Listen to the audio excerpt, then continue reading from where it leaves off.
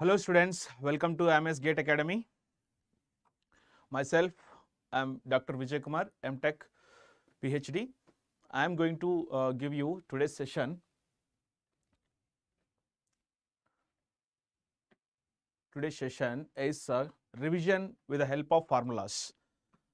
Revision with the help of formulas. Okay. So for manufacturing engineering, so that is we call it as a production as well. Okay. So as we know that production having the highest weightage for the gate and approximately 18 to 22 marks may come from the manufacturing.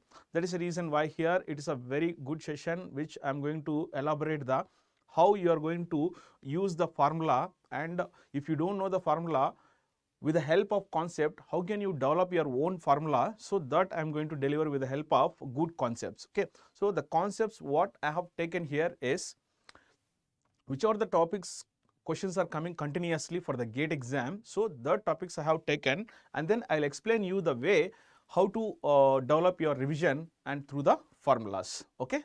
So hope you understand. Let us go to our session.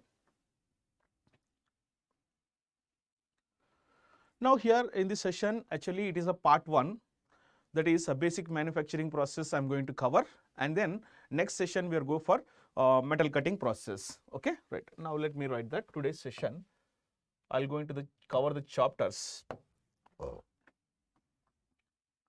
So production,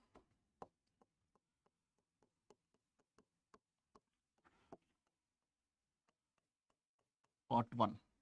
Okay, production part 1. In that I'm going to cover casting concepts and also welding concepts,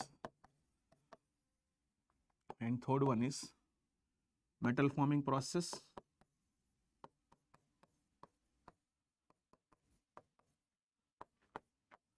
metal forming processes. Okay. So and then I'm going to cover sheet metal operations as well. Sheet metal operations. Okay. So these we consider it as a part 1 for production. Part 2 will come metal cutting, machinery tool operations, advanced machining process, material science, as well as the metrology I am going to cover for the next session. That will be in the next week probably. Okay. Right. Now let us go for casting. What concepts the casting is continuously coming. Okay. So what kind of questions and what concepts we are supposed to concentrate on the casting, I just elaborate. Now in the casting, if you see that most of the times they are asked that permeability number. Permeability number. Okay. So this we call it as a PM, permeability number. So what is the purpose of permeability number? Okay. Where we use this permeability number? Actually, for a given mold or for a given molding sand, how much porosity it is having, that can be determined by the permeability number. Okay. Permeability number is defined as it is a rate of flow of air through the mold sand is come under permeability number. Okay. So if the permeability number is more, then porosity of the mold sand is more. If the permeability number is less, the porosity of the given mold sand is less. That is what here I am going to elaborate. Now let me give you that permeability number. Permeability number can be calculated by using formula that VH by PAT. VH by PAT. That means good evening sir, very good evening sir, thank you. VH by PAT. Okay, right. So just now I said that permeability number or permeability test is a test to know the porosity of a given molding sand. So whichever the sand you are using for the casting, so how much it is having porosity, that can be determined by the permeability test. Okay, through the permeability test we will come to know that permeability number. Okay, it is an experiment. Okay, now how to calculate permeability number? See here, to whichever the sand you want to test the permeability or porosity. Okay, so that particular sand you just fill in this particular specimen. So its height is h, and its diameter is d. Now in this case what happened, the sample height equal to diameter. height equal to diameter, that is also equal to 2 inches. 2 inches, that is 5.08 centimeter. Okay, 5.08 centimeter. Okay, right. Now here, so V is the volume of air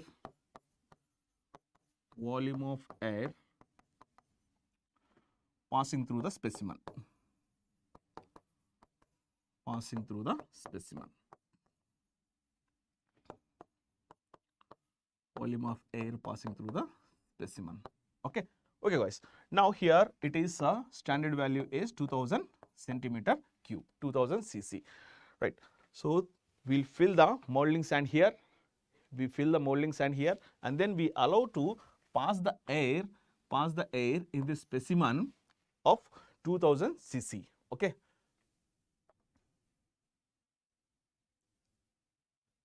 All right. Now let us here h is the height of the standard specimen. Height of standard specimen.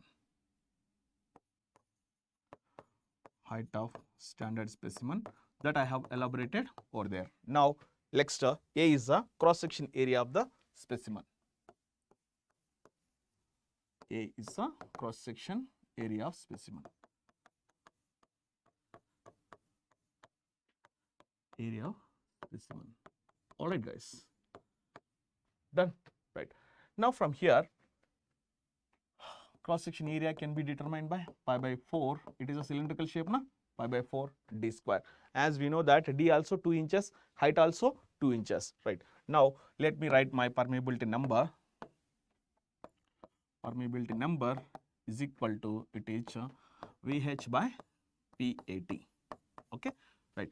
In that, volume I have described, and also height I have described, and area of the cross section I have described. So these are all the standard values.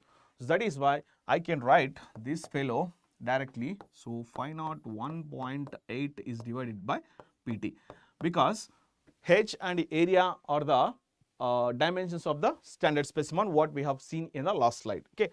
Now volume of air which is passing through the specimen is about 2000 cc, right. Now that is why if I substitute V value, H value, area value, so that I can get this much. Now where P is the pressure, standard pressure at where you are conducting the experiment. Okay. So P is the pressure. Okay, that is gram per centimeter square, and I am in minutes for the test. I am in minutes for the test. This is what happening. So now directly if you remember this formula for permeability number, then in the problem they mentioned that pressure as well as the time required for the test, so that if you substitute that pressure value and the T value, then you are going to get your permeability number. So permeability number can be calculated by using this formula. So if you remember these standard values, so that it is possible to solve permeability number. Okay. Hope you understand all, guys. Okay. Thank you. Next is another important topic in the casting is most of the times they will ask that the core. So on the question core design. Okay. That means they may ask that net buoyancy force. Okay. How to calculate the net buoyancy force in the casting. Now let me explain you that how to remember and how to develop the formula for calculating the net buoyancy force. I'll just elaborate. Okay. Right. Now let us go for this core and core design. Most of the times they may ask the question to calculate net buoyancy force in the casting cavity. Net buoyancy force in the casting cavity they may ask. Okay. Right. Now first, before going to see that core design, you should know that what is core. You should know that what is core. So core is a device which is used for producing the hollow castings. That means, so if the casting require hole inside throughout the length, then that time we go for the core device. Okay. Now suppose say that I have object like this.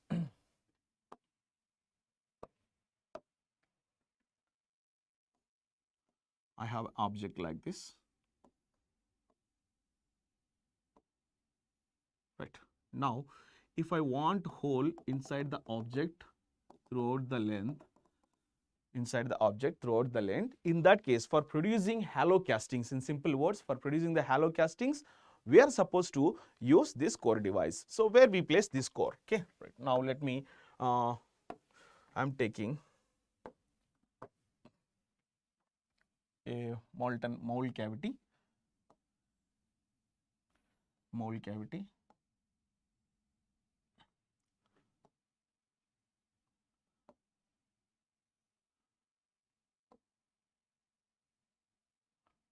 it's a mold cavity. So here it is a cope and here it is a drag, right.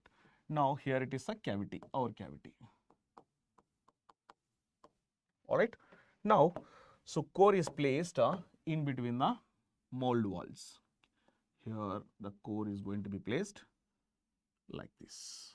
This is what my core, which is made up of a dry sand with CO2 molding. Okay. Now it is made up of sand only. This is my core. Okay. Now say that this is a length of the core L, and say, oh my God, not L, it is a D. Diameter of the core D, and it is going to be a length of the core L. Okay, length of the core L. So now here what happened now? So after we are making the mold and we place the mold cavity, we place the core inside the mold cavity before the molten metal pouring into this. Okay, now the molten metal, once you allow such that what happened now? The molten metal is surrounded by core. Core is surrounded by with a molten metal. Core is surrounded by with a molten metal. All right, right. Now here what happened now? When the molten metal surrounded this particular core, such that where is the core placed, at that particular place there will be no molten metal filled. That is the reason why. So after solidification, you take the mold cavity out. So if you touch the core, automatically it will collapse. So once it is collapsed, so that you are going to get a hole like this in the casting. That is what the function of the core. Now here,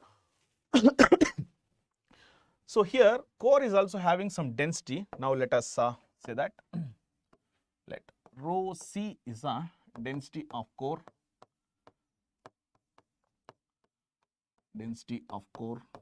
Okay. Now rho L is a density of molten metal.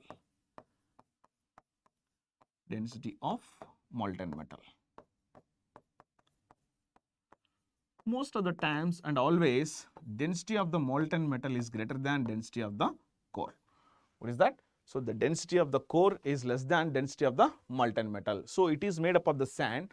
But whatever the liquid we allow here, this is a metal. Okay, metal obviously having the high density than that of the sand. So here it is a molten metal, I say. Molten metal. Right. Because one more thing. Now let me highlight that. So core is also having certain weight, right? Now core is having certain weight, say W. So its weight is coming down, isn't it, guys? So the core is going to be the weight of the core is acting downwards. Okay, right. Now because of the density differences, liquid molten metal having high density than that of the core material density. That is why some buoyancy force is going to be exist in the mold. Okay, some buoyancy force is going to be exist in the mold cavity. That means in the molten metal tries to lift the core up and core trying to act downward. So because of these unbalanced force, then what happened? The core is going to be oscillate. That means it is undergone for some buoyancy effect. So because of the buoyancy effect, what happened? Core is going to be oscillate inside the mold cavity. If it is oscillates, then what happened? We cannot get the hole where we require exactly. Okay, we cannot get the hole where we require exactly in the casting. So that is the reason why here. So before you are going to pour the molten metal, you are supposed to balance the force inside the mold cavity. Okay, so if you are not able to balance the force, or if you are not able to make the zero of this buoyancy force up, then only it is possible to produce the sound casting, that means defect casting. So that is the reason why here. So now let us calculate that net buoyancy force. However, net buoyancy force, weight of the core and also buoyancy force. If I want net, then what happens? So let us go for, so due to density differences, due to density differences, due to density differences, due to density differences, due to density differences, core undergone buoyancy effect. Core undergone buoyancy effect. Undergone buoyancy effect. Isn't it, guys? Okay. Buoyancy effect. Good evening, sir. Very good evening. Yes, Jagdish. Thank you. Thank you very much. Right. Now, net buoyancy force.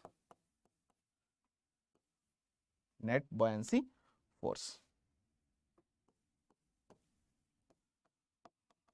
Net buoyancy force is equal to, so how can we calculate net buoyancy force? Net buoyancy force is nothing but, weight of the liquid displaced due to the core minus core volume. Okay, weight of the liquid displaced due to the core and also core weight. Now let us go for weight of molten metal. Weight of molten metal displaced due to core. Displaced due to core minus weight of the core. Minus weight of core. Right? So what I am trying to explain you here, guys, because of the placement of the core, some of the molten metal got displaced, is coming out from the mold cavity, isn't it? So that is the reason why here, so weight of the molten metal which is displaced due to the core and also weight of the core we have to calculate, right? Now here what I am trying to explain you here, guys, it is a completely submerged body. It is a completely submerged body. Core is completely submerged inside the mold cavity. That is, it is under the molten metal. So suppose say that if you take the ball and put it in a bucket. So if you keep the ball inside the bucket, some of the water is coming out from the bucket. So what are the volume of water which is coming out from the bucket? That is equal to exactly ball volume, isn't it, guys? Why? Because it is a completely submerged body. Okay, submerged body. That is why what I am trying to tell you, say that if you assume that it is a core is a ball and it is placed inside the mold cavity such that some molten metal is displaced, that molten metal is equal to volume of the core. So whatever the volume is displaced due to the core, that volume of molten metal is equal to the volume of core. Why? Because it is a completely submerged body. Okay, right. Now see here, weight of the molten metal displaced, that is weight of the molten metal V, weight of the molten metal, sorry, volume of the molten metal into G into molten metal density minus volume of core into G into density of the core material. Okay, just now I said that Vm equal to Vc. Volume of the core is equal to volume of the molten metal displaced due to volume of the molten metal displaced due to placement of the core. Okay, now here Vm is a volume of molten metal, volume of molten metal displaced due to core, displaced due to core. Next, Vc is the volume of core. Vc is the volume of core. Alright, guys. So volume of core can be calculated. It is pi by 4 d square into L. So where d is the dia of core and where L is the length of core. Alright, guys. Okay. Now here I just write that volume of molten metal displaced due to the placement of core is equal to volume of core, and both I am going to take V. both I am going to take V. Now see, let us go for net buoyancy force is equal to net buoyancy force is equal to, it is gonna be a, so volume of molten metal into density of molten metal into Z minus volume of core into density of molten metal, sorry, density of the core into G, such that I can write it as a V into G density of molten metal minus density of the core. Okay. So now this formula, if densities are given in kg per meter cube, you are supposed to use this. Okay. If densities are in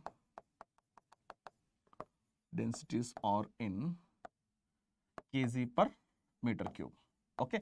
In the problem, if densities are given in kg per meter cube, then you use this formula, volume of core into Z into density of the molten metal minus density of the core. If suppose only if molten metal densities are given, suppose densities of the core and density of the molten metal both are given in terms of Newton per meter cube, then your formula, you just neglect D, that's it, neglect G, that's it, and density of the core metal. This is what your, if density is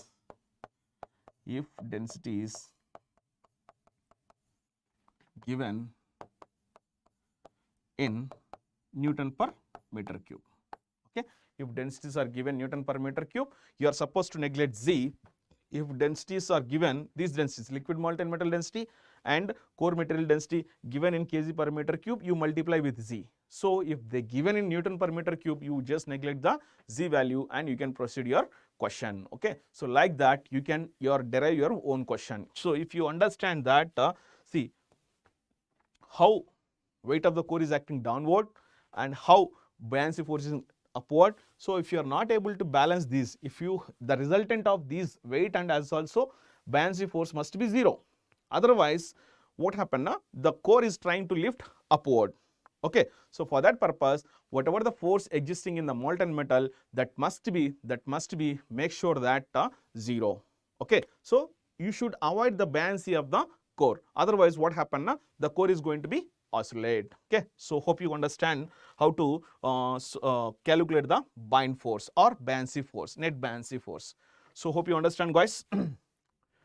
Right. Now let us go for another concept in the casting. That is most of the times either permeability number or next concept is core design, and then very important time, most of the times repeated, it is from pouring time calculation as well as the solidification time calculation. Okay.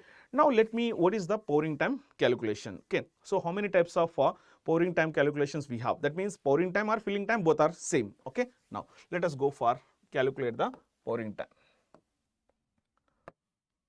or gating system design.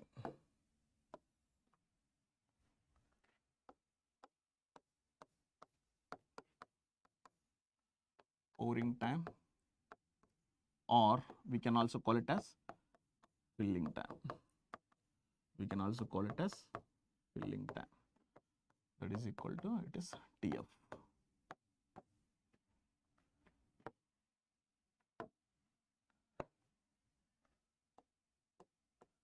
Right. What is filling time or what is pouring time? So that is how you are supposed to like. Right.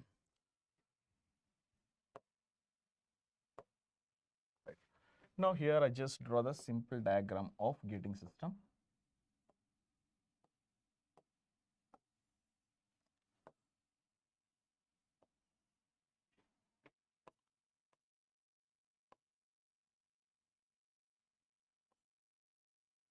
Right. Now the molten metal here, so it is going to be first in the pouring basin or pouring cup, we call it as pouring cup, Now through the pouring cup, through the sprue, through the runner, it is going to be enter into the mold cavity. Okay. Now let me write these terminologies properly. Let me write these terminologies properly. This is called pouring cup.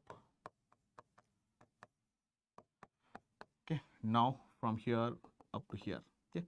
This is called sprue, and This is called runner.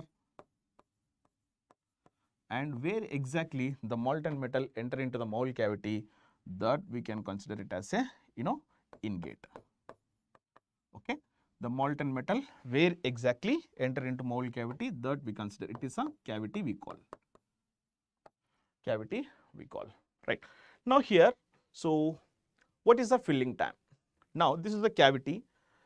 How much time the gating system takes to fill the mold cavity, that is what come under filling time. The time required for filling this mold cavity with a molten metal through the gating system is considered as a filling time. So this is what we are supposed to calculate. So meanwhile, before calculating this particular filling time for a given casting cavity, we are supposed to know that some terminologies which we used in the derivation. Good evening. Yeah, good evening, good evening. Happy to see you. Thank you very much. Thank you very much. I'm Samir. Yeah. So I remember you are in the first batch last time in the June, I guess, right? Bandhavi, you, Samir, and one more guy is there. Yeah. Okay. Thank you, Samir. Thank you to watch my session. Okay. Right. Now here, let me elaborate this. So this height, we call it as a height of pouring cup. Now this height we can call, height of the sprue. Okay. Now the total height we call HT. HT. Now HT is equal to, here it is, HC plus HS. Yes, guys, this is what. Yeah. Thank you very much. All right. Now the area. Let me go for another ink. I'll take this. Right. Now here the area at the bottom of the sprue, we call it as a sprue area. Okay. Now this cross section area we call it as runner area, AR we call. Now this cross section area where exactly molten metal enter, that is called in-gate cross section area.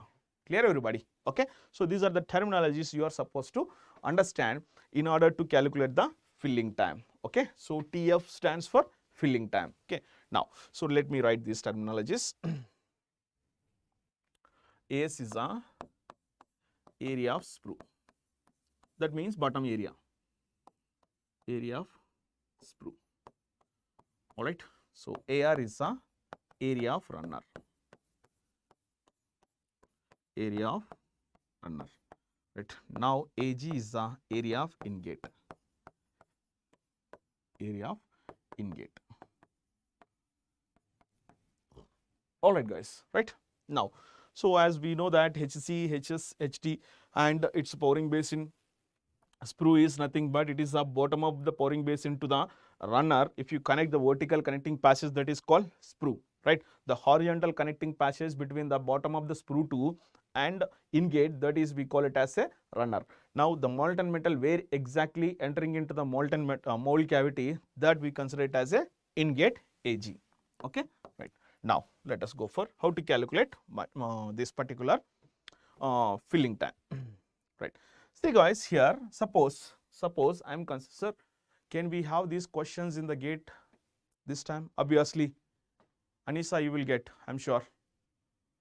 So most of the times in casting they will ask that pouring time calculation or solidification time calculation, or else riser design. Okay, most of the times if you go for previous gate questions, question papers, you find these kind of questions, pouring time calculation as well as the solidification time calculation, either riser design question may come. Okay, so once you go back to your actually it is not a question solving problem, it is a concepts explanation revision. That is why I am not giving the questions here. I am just giving how to derive the filling time calculations for the different gates. That is what I am giving. Okay, Nisa, you clear? I hope I have simplified. So through these formulas, you can go take these formulas and go to your book and solve the questions with the help of these formulas. All right, right. Now, suppose here I am considering dt time. dt time, that means a small time. With the dt time, how much of the molten metal enter into the mold cavity? Say here it is a area of the area of the mold AM, and here it is a HM is the height of the mold. Okay, right. Now here what happened now, guys? So whenever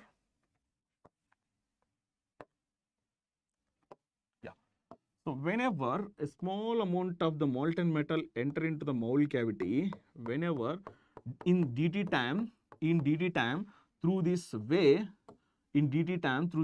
some molten metal enter such that it is going to be rise dH height in the molten metal. Yes guys, okay. So in dt time some amount of molten metal enter. So because of that molten metal, the molten metal filling is dH height is going to be filled, okay. So here let me write that. For instant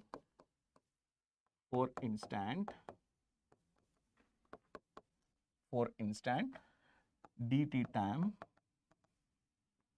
the molten metal enter into cavity such that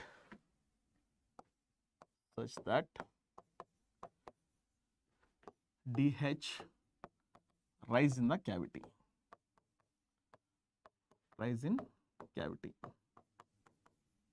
Okay, isn't it guys? Yeah, good evening ma'am, Ranjita Sridevi, thank you very much. Right. Now see guys, with the help of a small diagram I just used to explain this. Here I am not going to draw this entire gating system, that is a pouring basin, sprue runner, I am not going to down. Okay, right here in dt time, suppose in dt time, suppose say that 2 seconds will consider, that dt is the 2 seconds will consider. In this 2 seconds, some amount of molten metal enter into this cavity, Whenever it is enter, then what happen? It is going to be filled certain height. That height I am taking it as dH. Okay, so whenever it is going to be enter, such that dH height of the molten metal rise in the cavity, isn't it guys? Right. Now here I am taking it as a area of the mold, AM, right. Now here it is a height of the mold, I am taking it as a HM, right. Now, so suppose whatever is going to be enter here in this area, that is AG, and certain velocity say that VG. Okay, so this much velocity in this cross section area, in this time this much molten metal enter into this cavity, such that some rise in going to be takes place in the mold cavity, right. Now can I write like this guys? So now let us go for this. 1 minute guys. AG into VG into dt is equal to, it is AM into DH. Yes guys, because this much time, this much volume enter. That is why this much rise is going to be takes place in the casting cavity, right. Now here let us go for, now dt is equal to, here I can write it is AM is divided by AG into VG into DH. Okay, right. If I select that TF is a filling time,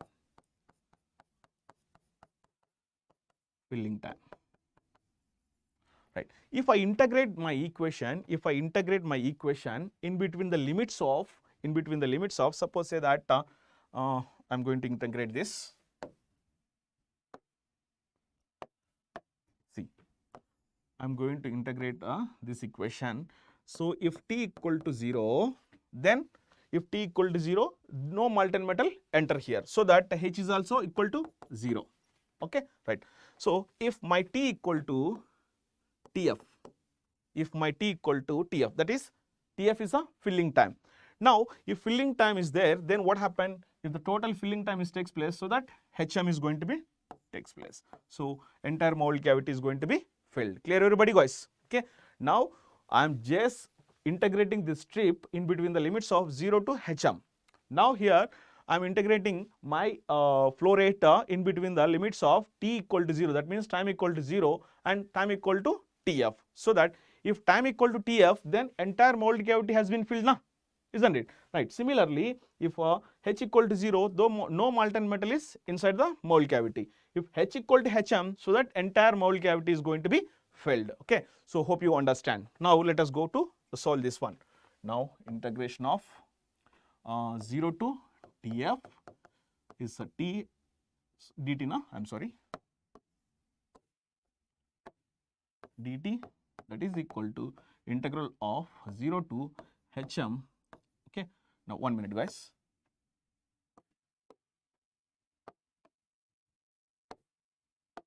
Right, now here am and ag and vg are constants. Okay, velocity, area of the mold, and also area of the ingate is constant. Now here it is 0 to T hm into dh. Now integration of dt is a t, right, t in between the limits of 0 to tf, such that am into ag into vg, integration of, integration, if I done that, then what happen na, I am going to get, right, h in between the limits of 0 to hm. So as I know that higher limit minus lower limit, higher limit is a tf minus 0. So that tf is equal to, it is going to be a am into hm is divided by, ag into vg. Okay, now if you observe that guys, so from the diagram, so am into hm, area of the mold into height of the mold, so that what happened, volume of the casting, isn't it, right? Now velocity into cross section area, volume flow rate, so that I can write volume of the casting is divided by volume flow rate of the molten metal in the gating system is equal to total filling time will comes into picture. Okay, that is what I would like to highlight. Okay, so here volume of casting is divided by, area into velocity is come under volume flow rate.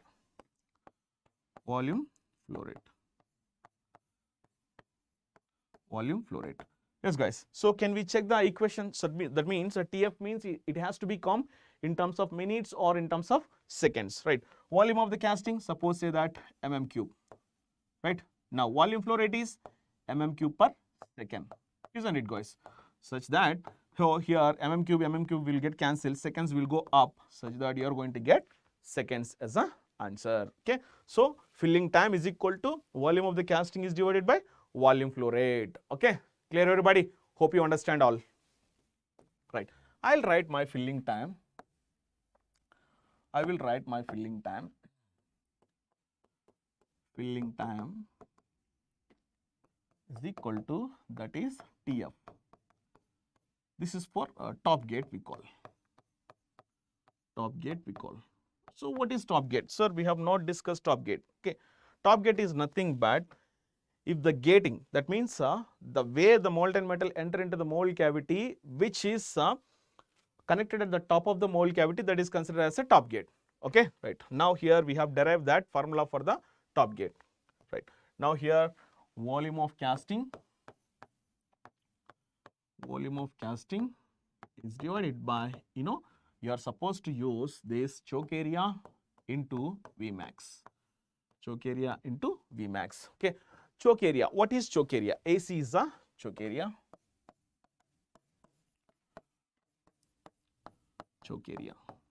Now choke area is nothing but it is a minimum cross section area among the all gating elements, that is area of the sprue, area of the runner, area of the ingate. So in which one is a minimum, that becomes as a choke area. Okay, now here I'll show you that.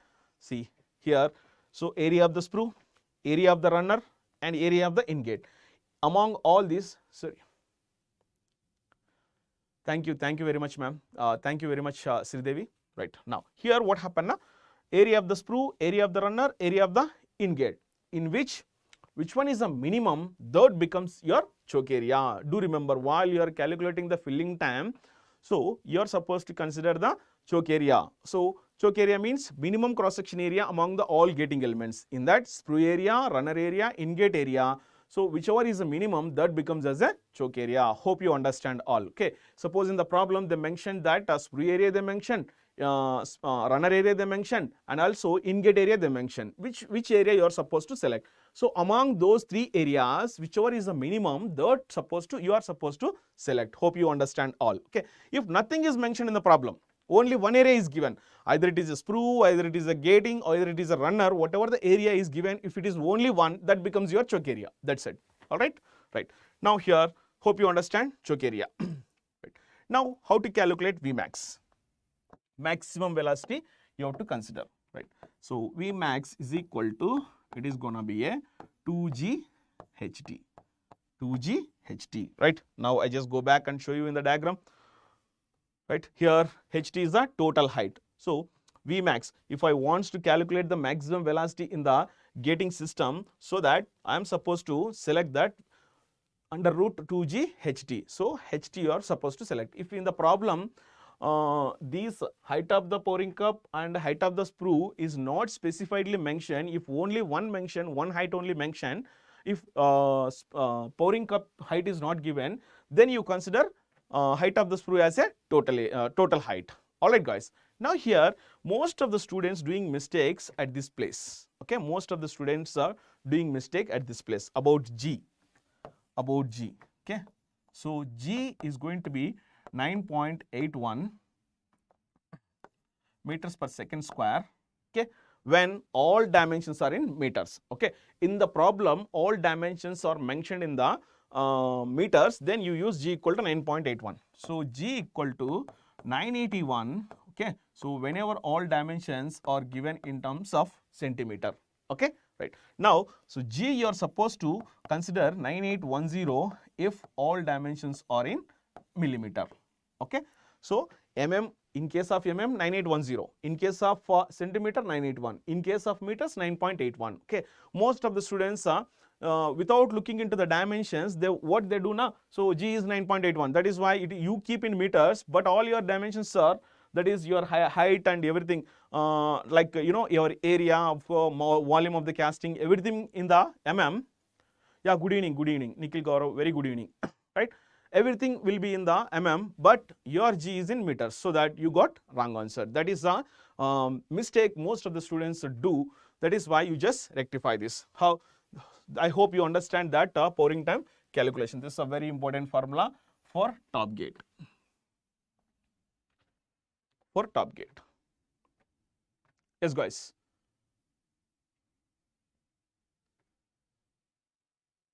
Right.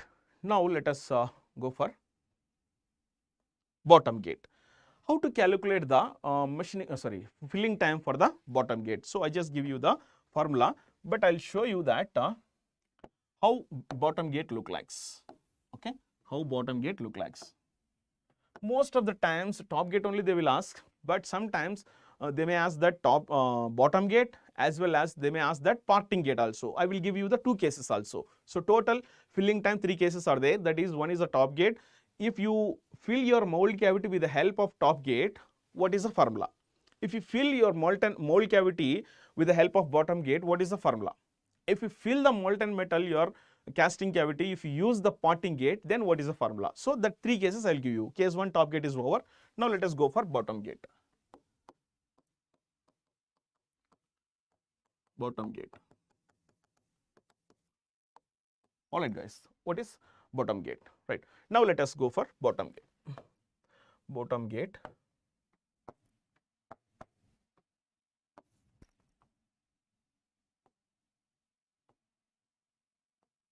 Bottom gate is nothing but if the gating system connected at the bottom of the mold cavity, then we can consider it as a bottom gate. That's it. See here, have you observed the difference between the previous case and this case? What happened here? The bottom gate means the entry. That means where the molten metal is going to be entered. That is, it is going to be enter from the bottom of the mold cavity. Remaining things are same. Okay. Now, as we know that.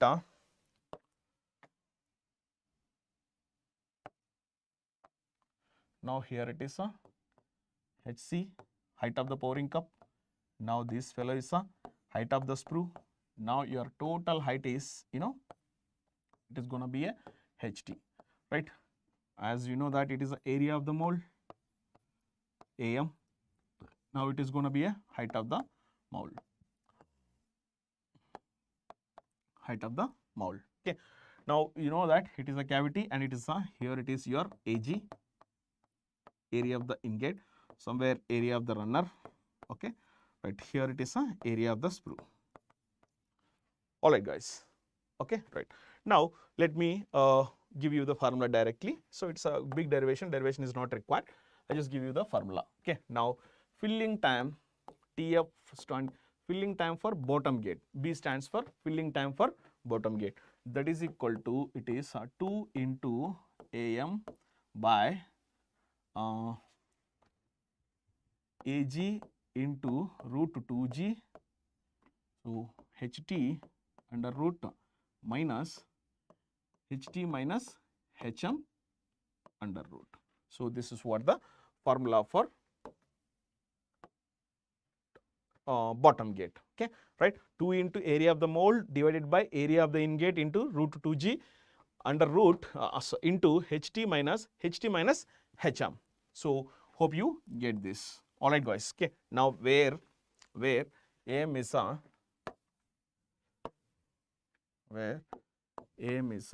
area of the mold,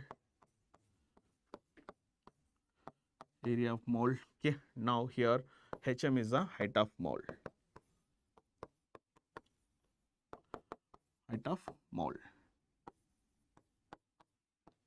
isn't it guys, right? Now here my question is, if suppose, so I'll write here filling time for the bottom gate is equal to, it is 2 into AM is divided by AG into root 2G under root and into HT minus HM under root. Okay, this is what happening, right? Now if suppose if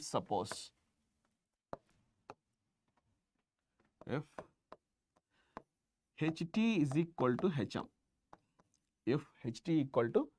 then what happened to our equation? If HT is equal to HM, then what happened to our equation? Now HT equal to HM, HT minus HM is both are equal, then this term is going to be 0 na, right? Now my equation is going to be 2 into AM into root HT under divided by, AG into root 2G.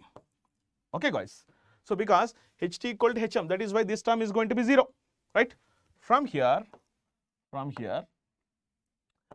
I just multiply my equation with the HT is divided by under root HT, I'll multiply, isn't it? Because we are not changing this effect of the equation, we just multiplying and dividing the equation with the help of root HT. So that what happened here, HT under root HT, then what happened, my equation is 2 into AM into HT, root HT into root HT is divided by,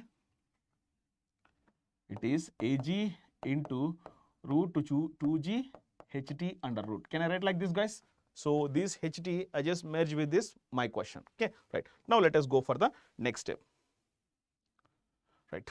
Now my filling time with a bottom gate is equal to, it is 2 into here it is AM na, AM into HT equal to HM, that is why I'll write in place of HT, HM I'll write, okay, right. Now this is divided by, so AG into root 2G HT, right. So if you observe this properly, now it is 2 into filling time of the top gate,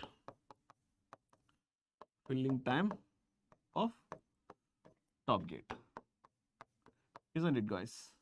Filling time of the top gate, isn't it guys, right? Now whenever height of the in the bottom gate, height of the mold is equal to total head height, then what happen na? So your filling time is 2 into top gate filling time. That is what I would like to differentiate, I would like to simplify. Okay, hope you understand all. Okay, thank you. Now let us go for parting gate. What is parting gate? Parting gate is nothing but parting gate is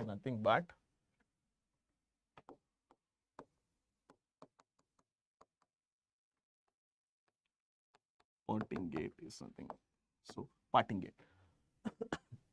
If the mold cavity or to the mold cavity if the gating system connected at the entire at the potting line, then it is considered as a potting gate. Okay, hope you understand. Now let me describe with the help of diagram. Describe with the help of diagram. Right, now here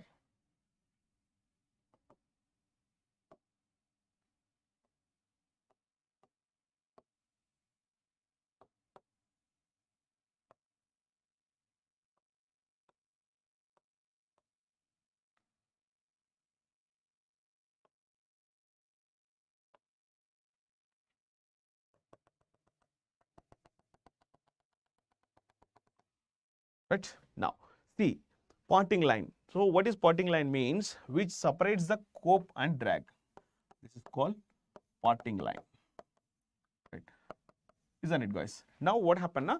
Potting line is nothing but if cope and drag cavity are separated by that at the center, exactly at the center of the casting where we place the cope and drag, so which is separated by a small plane. That plane we call it as a potting plane, and the line we call it as potting line. Okay, right. Now if the gate connected at the exactly potting line, then we can consider it as a potting gate. Hope you understand all. Okay, now so now here, guys, if you observe this particular cavity, half of the cavity is filled with the top gate, half of the cavity is filled with the bottom gate. What do you say? Isn't it? Half of the cavity filled with the top gate. Suppose if I remove this top portion, then it is filled with the top gate. If I remove bottom portion, then this fellow is filled with the bottom gate. Isn't it? Right. So that is why here I am taking filling time 1 and filling time 2. Okay. Now filling time with the potting gate. Filling time with the potting gate is equal to, it is T1 plus T2. Okay, right. Now here, before I'll go to this, it is area of the mold. Okay. Now it is two heights I'll take. This is HM2, mold height 2, and here it is a mold height 1. Mold height 2 and mold height 1, right. Now, so if I want to calculate that T1, how can I calculate it? It is a top gate na? It is a top gate na? So that is why area of the mold into HM1 is divided by, you know,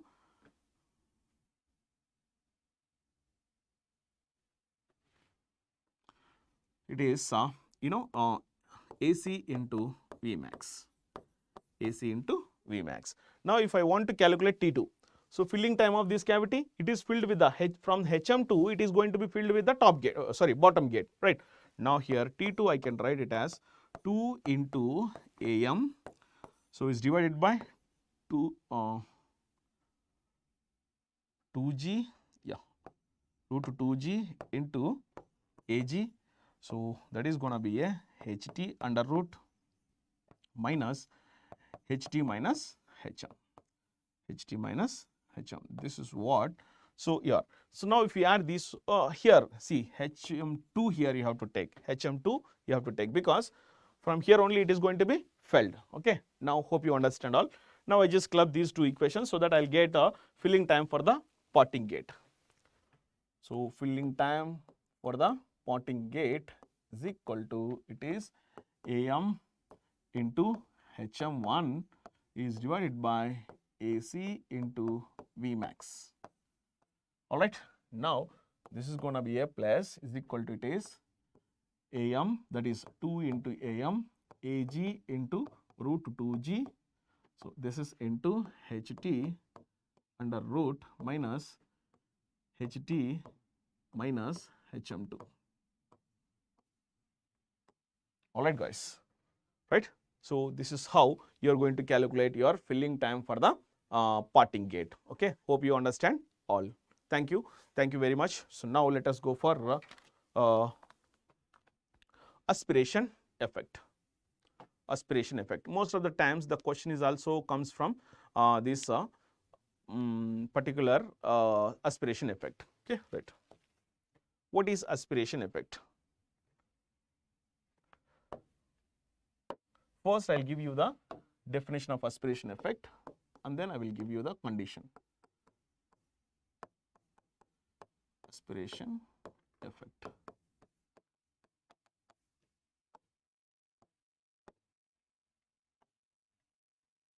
Aspiration effect, right? Yeah, thank you very much, IMS GATE Academy. Right. Now let us go for aspiration effect. What is aspiration effect? For solving that, I just take a small diagram.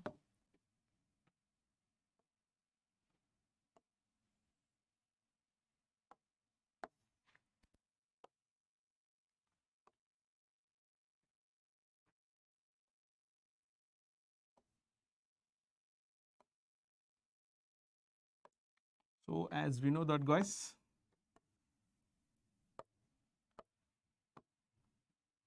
this is scope. Oh my God, drag.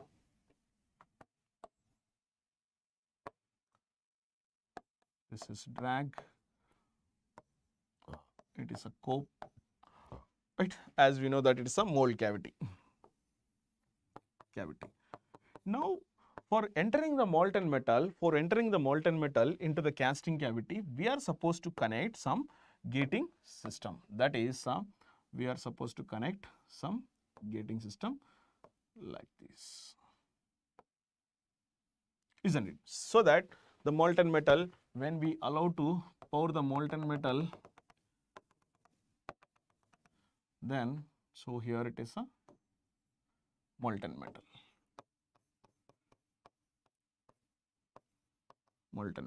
So when we allow the molten metal, such that the molten metal through the gating system, it is going to be enter into the mold cavity and fill the mold cavity with the help of molten metal. Okay, clear everybody? Hope you understand all. And now let me explain you what is aspiration effect. Suppose say that let PA is a atmospheric pressure.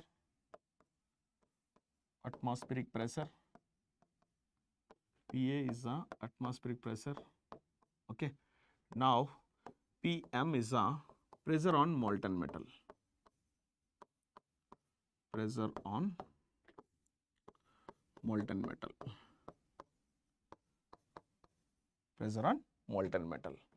Okay, right. Now here see, whenever the pressure of molten metal falls below atmospheric pressure, okay, during pouring it is having certain pressure, na? It is having certain pressure, right? Whenever this pressure of molten metal falls below atmospheric pressure, then what happen, na? So it is having less than atmospheric pressure. Then what happen? Outside gases start flowing into the gating system through the mold with the help of porosity. So mold having certain porosity, na? Porosity is nothing but defined as it is the capability of the mold sand to escape the gas or to allow the gas pass in it is come under porosity, right? So through the porosity, whenever see, if atmospheric pressure is more, molten metal pressure is less. That is why always the nature of the air is passing from higher pressure to lower pressure, isn't it? That is why here whenever the molten metal loses pressure below atmospheric pressure, then air start flowing into the gating system with the help of through the mold with the help of porosity, right? So that is the reason whenever air is going to be enter, then what happen, na? The molten metal try to solidify in the gating system itself. Okay, so the air is react with the molten metal so that it is going to be solidify here only. So if it is solidify here, so that what happen, it creates some obstacle for flowing the molten metal. So no other molten metal enter into the mold cavity. Okay, this phenomena or this effect we are calling it as a aspiration effect. Okay, so aspiration effect is nothing but during pouring the molten metal into the mold cavity through the gating system. Okay, so if the pressure of the molten metal loss or pressure of the molten metal falls below the atmospheric pressure, then outside air start flowing into the gating system through the mold with the help of porosity. So whenever air is flowing into the gating system, so that air and molten metal react with each other and it tries to solidify in the gating system itself. So whenever it solidify, then no other molten metal enter into the mold cavity. Okay, this phenomena we are calling it as a aspiration effect. This is what the problem of aspiration effect. Now how to solve this problem? Okay, right. Now, so to avoiding that, if you make sure that the pressure of the molten metal is equal to the atmospheric pressure, so that no aspiration effect is going to be takes place, isn't it, guys? Okay, if I made sure that the pressure on the molten metal equal to or more than atmospheric pressure, so that no aspiration effect will going to be takes place. Okay, so this can be happen with the help of the sprue dimension. This can be happen with the help of the sprue dimension. Okay, now let me go for that. So this is what the sprue. This is what the sprue. Okay. Now say that above this we have some pouring basin. Okay. Now this section I am taking it as a A2, and this section I am taking it as a A3. That means cross section area of the top of the sprue, cross section area of the bottom of the sprue. All right. Cross section area of the top of the sprue, cross section area of the bottom of the sprue. Now here D2 is the diameter of the top of the sprue, and D3 is the diameter of the bottom of the sprue. Okay, right. Now let us go for, so now as we know that it is a height of the pouring cup. Now here it is a height of the sprue, right? Now, so the condition for this, here I would like to write D2 is a dia of the top of the sprue, dia of top of sprue, dia of top of sprue. All right. Next, D3 is the dia of bottom of sprue, bottom of sprue. All right. Now, A2 is the cross section area of top of sprue, cross section area of top of sprue. Now, A3 is the cross section area of bottom of sprue.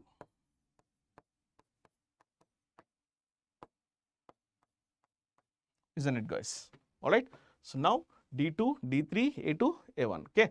Now as you already know that HC is the height of the pouring cup, HS is the height of the sprue. Now to avoid aspiration effect, to avoid aspiration effect, to avoid aspiration effect,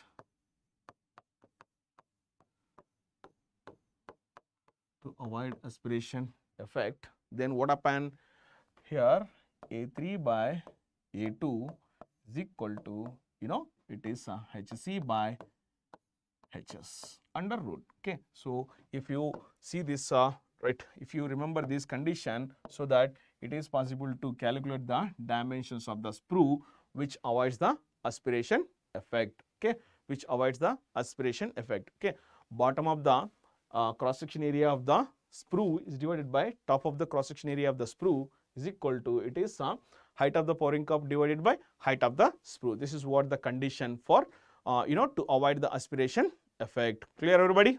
Okay, right. Hope you understand all. Right. Now here, why it is see, all the time to avoid the aspiration effect, you need to ensure that your sprue should be in the taper manner. You need to ensure your taper should be in taper manner. See, suppose I'll tell you that.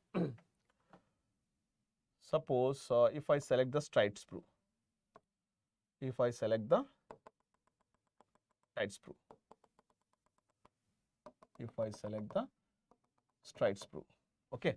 Now, whenever you allow some, liquid inside this, then obviously it takes some shape of the parabola. Okay, while it is reaching to the bottom, the water is going to be reaching into the bottom like a parabolic shape, isn't it, guys? Okay, right. Now, if you select the straight sprue, then some gaps is going to be produced. Gaps is going to be produced, right? So these gaps creates the fall the pressure below the atmospheric pressure. So what my intention is to tell you that, guys, whenever you flow something from certain height, obviously it takes parabolic shape to reach the down, right? So it takes some parabolic shape to reach the down, right? Like this, right? So that is why certain gaps created in between the liquid and sprue walls, these gaps are going to be create the aspiration effect. Okay, to avoid that, we are supposed to select your sprue should be in the taper. Okay. So if you select your taper sprue like this, okay, so that we can avoid the aspiration effect now. So here it is a straight sprue. It is a straight sprue. And here it is a taper sprue. Here it is a taper sprue. Okay. So taper sprue which avoid the aspiration effect. So straight sprue which entertains or encourages the aspiration effect. That is why here we are supposed to select top of the sprue area should be more than that of the bottom of the area. Okay. And also height of the pouring cup and height of the sprue should be in the taper manner to avoid aspiration effect. Okay. So to avoid aspiration effect, taper shoe should be preferred. I'll write the statement. To avoid aspiration effect,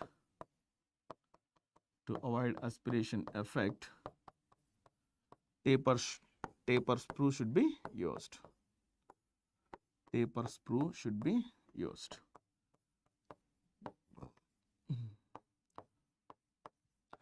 Taper 2 should be used. Okay. So this is what about the aspiration effect, guys. All right.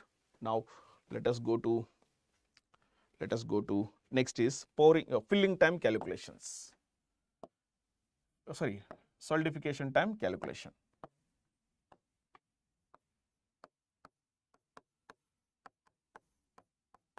Solidification time, that is I'll take it as TS, solidification time, right. Now solidification time can be calculated by using the formula that according to the Bernoulli's rule, solidification time TS is equal to, it is going to be a K into volume of casting divided by surface area of the casting whole square. What is that, guys? Okay. So solidification time equal to K into volume of casting divided by surface area of the casting. Now here volume of casting,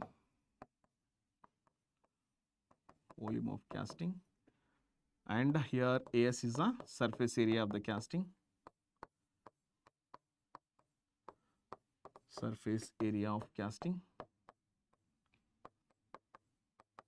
right. Now here next is K is the solidification factor,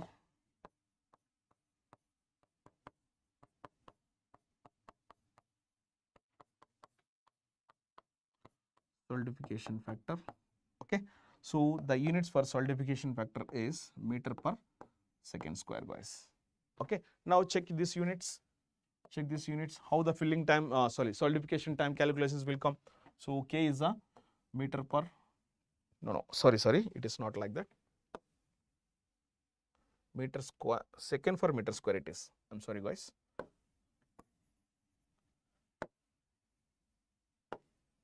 It is a second for meter square.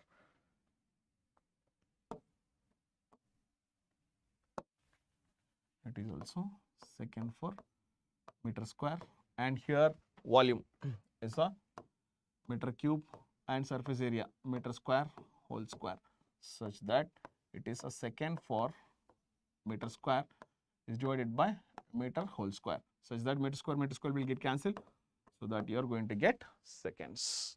Hope you understand, all of you. Yes, guys.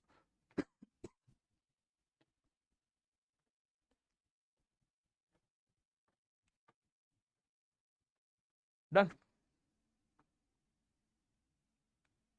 Right. Next is so depending upon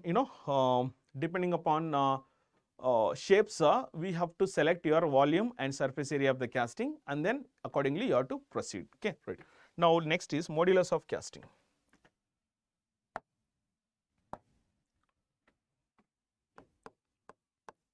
Modulus of casting.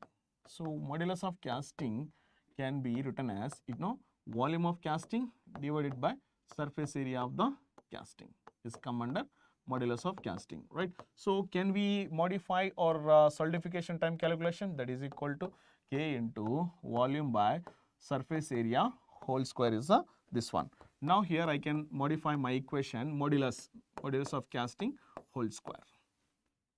Done, guys. So in that fashion, in that way, we can write our solidification time calculation. Clear?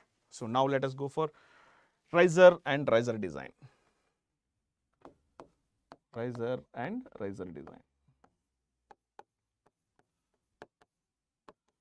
So first you need to understand what is riser, and then we can go for design of the riser, isn't it, guys? Okay. Now if the question either it is in permeability number or any other theory question and core design, and then solidification time, and after that you can go for that solidification time, filling time also I gave you 3 cases. Now if the question is not coming from here, then definitely the question in the riser design. So last previous 3-4 years they have asked the question from the riser design only. Okay. Now let me define you what is riser. Okay. With the help of diagram, I just explain you.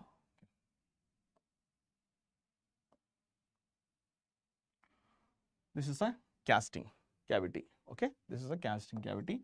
Say that mold cavity. Mold cavity, right? So at the top of the mold cavity, we attach riser.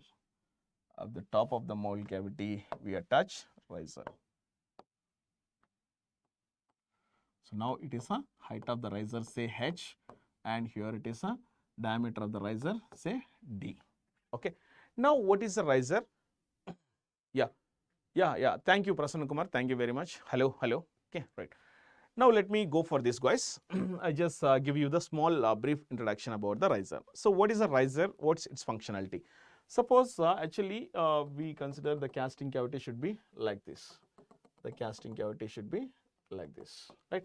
Riser is a fellow which contains molten metal,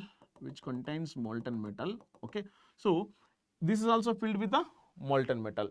So during solidification, that means solidification is nothing but converting, that means transferring the liquid molten metal into solid under the cooling is come under solidification. During solidification process, whatever the molten metal present in the mold cavity, that is going to be shrink. Shrink is nothing but reduction in the volume. So there is a possibility that some reduction is going to be takes place. Most of the metals are going to undergo shrinkage under the cooling or under the solidification process. Okay. Now whenever the molten metal in the mold cavity got reduced, then what happens? The size of the casting is going to be decrease, right? So that we get the defect casting. Suppose say that I require one particular square block of 10 mm, right? So because of the shrinkage or because of the volume reduction, I got the cube of 9 mm cube, right? It is a defect casting now.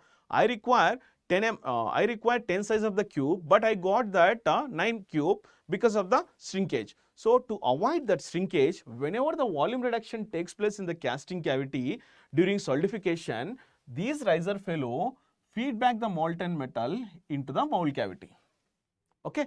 So these riser feed back the molten metal into the mold cavity. For suppose say that, let me explain you that with the help of a small diagram. Suppose say that I got filled with this molten metal. With this molten metal, I filled up my mold cavity.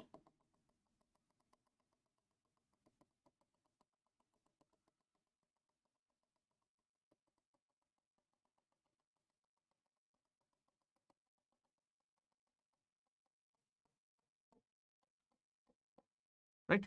Now see, so because of the cooling, when after filling the mold cavity with this molten metal, then what happened? So I am supposed to apply cooling to this cavity. Whenever cooling applied, this liquid molten metal is try to convert it into solid. Okay. So this process we are calling it as a solidification. Okay, solidification. So whenever you apply cooling to this, then what happen? So liquid molten metal is going to be converted into solid. Okay. Now this is what the solidification process. Now what I am telling you guys, okay. So because of the solidification process, there is a possibility that the volume reduction takes place. That means though we completely fill the molten metal with the mold cavity, but there is a possibility that some reduction is going to be takes place, isn't it? So to overcome that reduction, we use riser.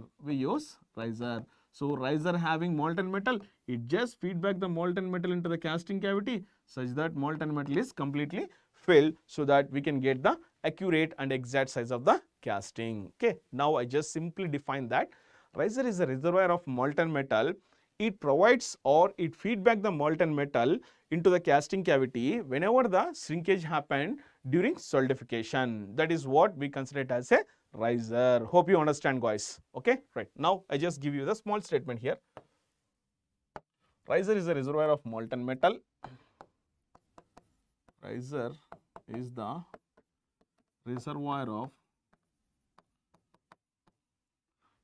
the reservoir of molten metal. Riser is a reservoir of molten metal which feed back the molten metal into the casting cavity, which feed back molten metal into the casting,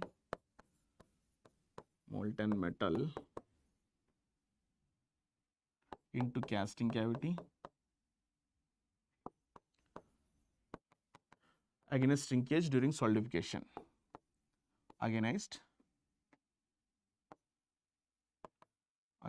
shrinkage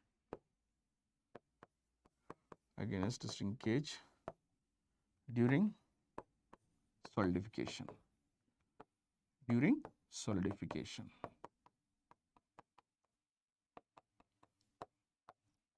Right? Yeah, good evening Chandra Babu, very good evening. So welcome to the session. Have a look on this. Right. Now let us go for, I just elaborated that what is a riser. Okay, riser is a reservoir of molten metal which feed back the molten metal into the casting cavity whenever shrinkage or volume reduction takes place in the casting cavity during solidification process. Clear, everybody?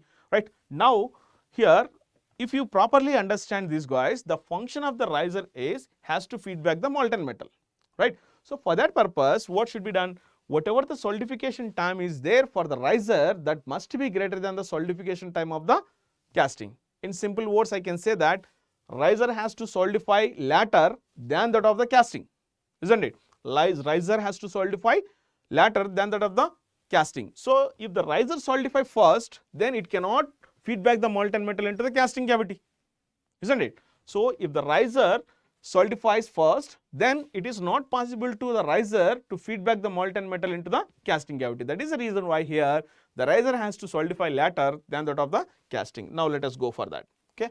So now conditions to be satisfied by the riser. Conditions for the riser. It is very important, guys. Conditions for the riser. Conditions for the riser. Okay. What condition the risers must be participated. Okay. Right. Now here, first condition of the riser is, okay. Right. Now, volume of the riser must be greater than or at least equal to 3 into shrinkage volume of casting. Okay. So what is that? The riser volume should be at least, so must be greater than or at least equal to 3 into shrinkage volume of casting. Okay. What is shrinkage volume of casting? Shrinkage volume of casting is nothing but, suppose say that I gave you one casting and it is having certain volume. Okay. It is having certain volume V, right? I said that during solidification process,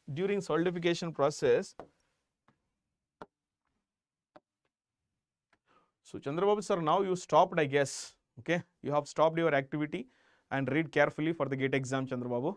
Okay, right. Right. Now here, volume of the casting. Now I gave you that, see, this is a reduction in the volume. Okay, that means a percentage of shrinkage is given. Right. Now if you multiply this shrinkage volume with the, multiply shrinkage percentage with the volume of the casting, then you are going to get shrinkage volume of casting. Okay. So now let me write these terminologies, guys. where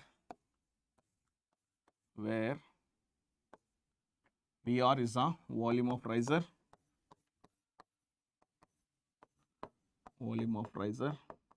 okay. Now VSC is the shrinkage volume of casting, shrinkage volume of casting.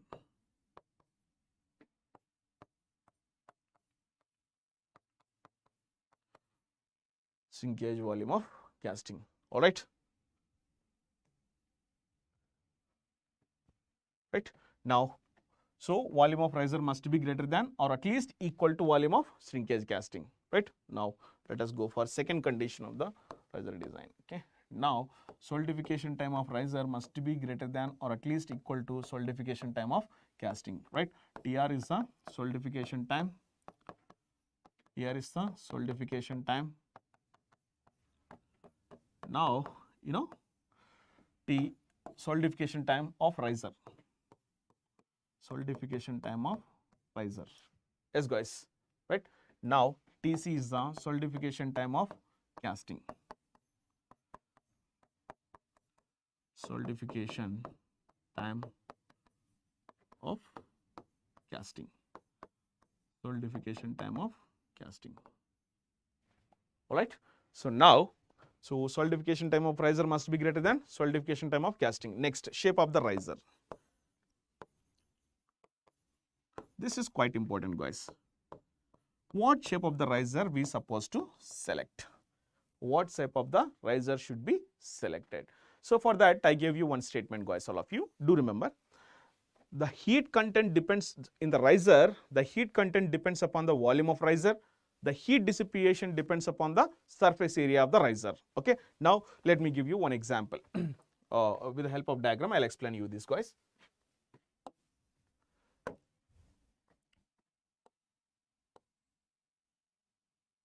Say that this is a riser, say it is having certain shape of cylindrical,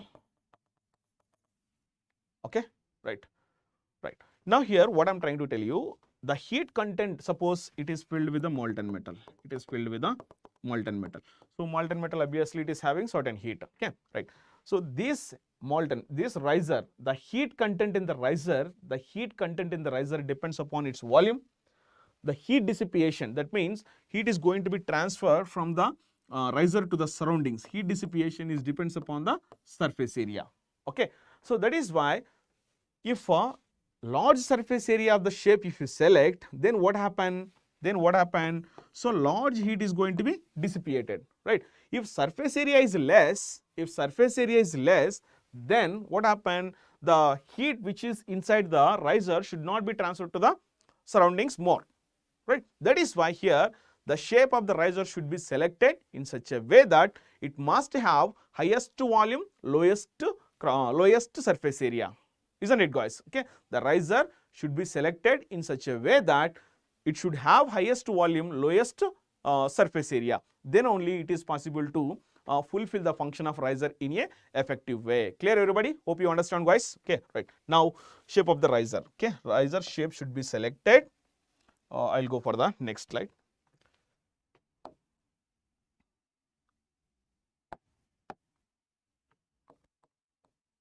Right. Riser shape should be selected. Riser shape should be selected in such a way that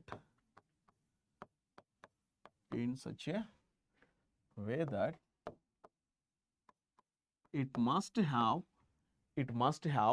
highest volume and lowest cross surface area. It must have highest volume and lowest surface area.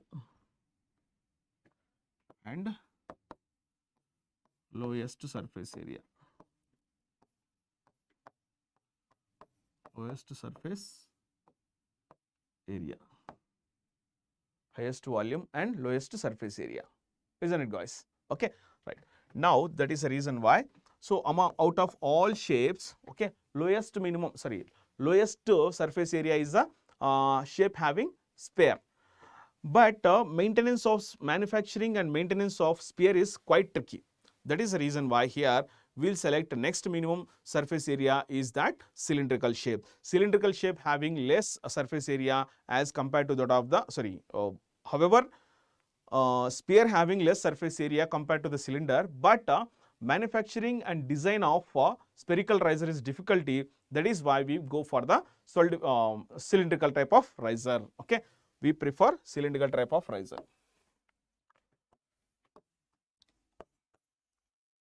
Cylinder type of riser.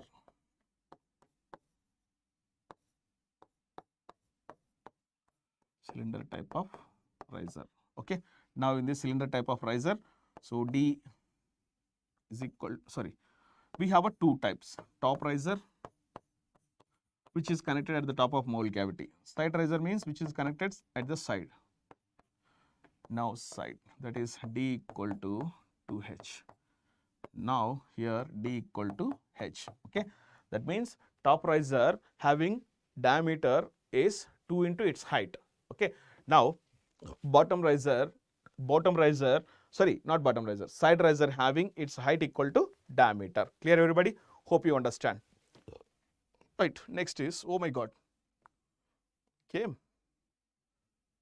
I'll give you some pages, guys.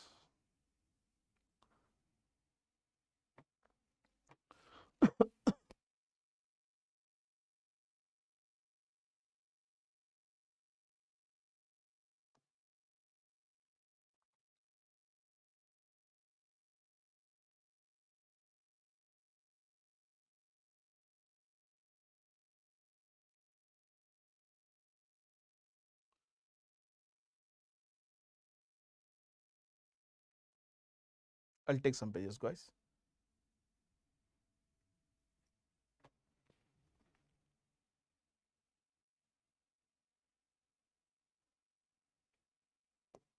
Right.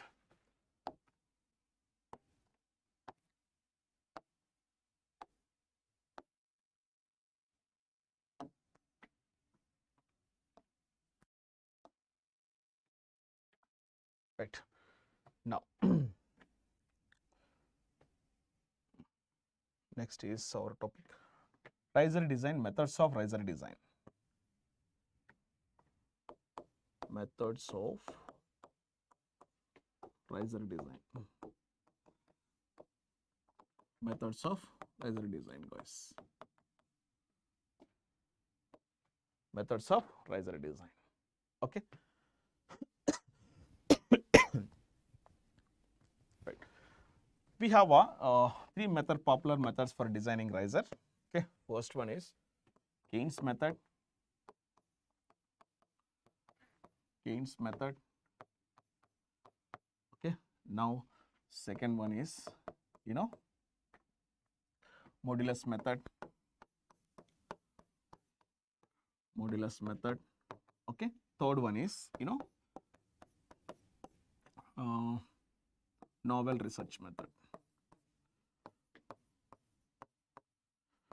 Novel research method. Novel research method. Okay, guys. Right. Now, let me go for Keynes method. Okay. So, in Keynes method, we use freezing ratio to design riser. First method. Now, here it is going to be freezing ratio. Freezing ratio is equal to, we can denote with X. Okay. That is equal to volume by surface area of riser and volume by surface area of the casting. Okay. Now, can I write it as modulus of riser is divided by modulus of casting is come under freezing ratio, isn't it, guys? Modulus of riser, volume by surface area of the riser, volume by surface area of the casting, that is equal to modulus of riser divided by modulus of casting.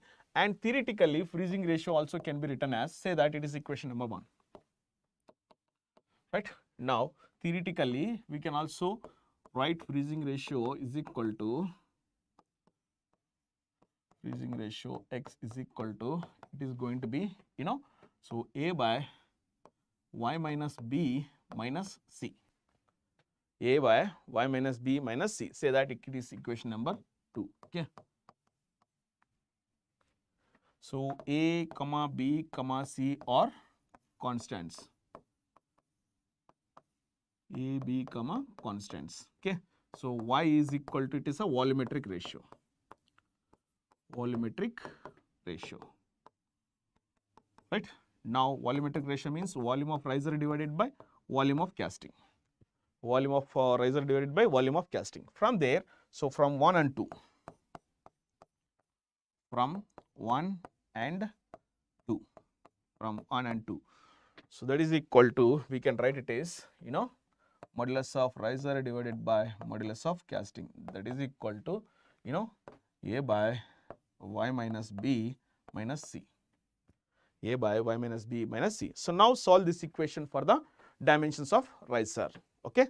Solve for riser dimension. Solve equation for riser dimension. Riser dimension.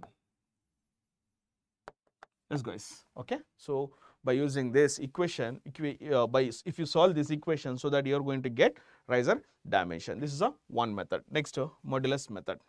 Second one is a modulus method. Now let me go for second method is modulus method. How can we write modulus method? Now, as we know that solidification time of the riser must be greater than or equal to solidification time of the casting. This is what we have seen, isn't it guys? Okay, solidification time of riser must be greater than or equal to solidification time of casting. Now, can I write my solidification time of riser is equal to modulus of riser whole square is must be greater than modulus of casting? Yes guys, right? Because both are same materials na. So if I place K will get cancelled, right? Now because solidification factor for casting, if the casting material is same, then solidification factor is also same for the both cases. Okay, right? Now here, so you are getting confusion, or else I'll write full formation. Okay, solidification time of the riser is equal to K into modulus of riser whole square. Okay. Now solidification time of casting is equal to K into modulus of casting whole square. This we have discussed in the modulus. Modulus is equal to volume by surface area, right? From there, I directly wrote a solidification time. K will get cancelled. I'll wrote this. Now, if I remove square, modulus of riser must be greater than or equal to modulus of casting. So we will come to know that modulus of casting, modulus of riser is more than modulus of casting, isn't it, guys? Right? From here, I'll write according to the standard condition. According to the standard condition. According to standard condition. According to standard condition, modulus of riser is 20% heavier than modulus of casting.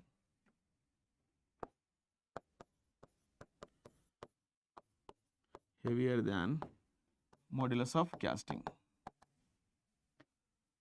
Modulus of, according to the standard condition, modulus of riser is equal to 20% heavier than the modulus of casting. So can I write my modulus of riser?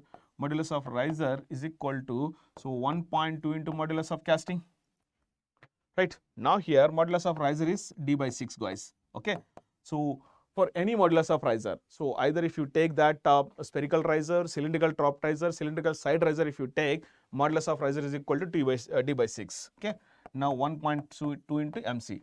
Now if I want to go for d, then it is going to be a 7.2 into modulus of casting. Okay. So by using directly this formula, you can go for design the riser with the help of second method of modulus of riser design. Okay. Hope you understand all, guys. Okay. Now let us go for next. Last method, that is a novel research method. Actually, Novel's research method and Keynes method both are giving same type of result for the simple shape of the casting, right? But for complex shapes, they are giving some different results. Okay. Now, actually, in what happened in Keynes method, they will use in Keynes method, freezing ratio is used for the design of riser. But in case of Naval research method, they use safe factor for designing the riser. Now, let me introduce you what is safe factor.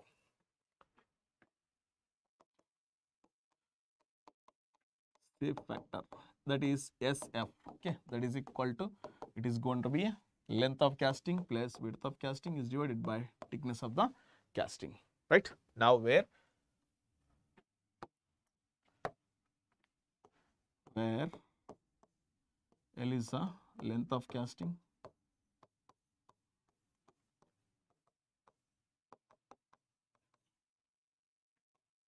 width of casting, T is the thickness of casting.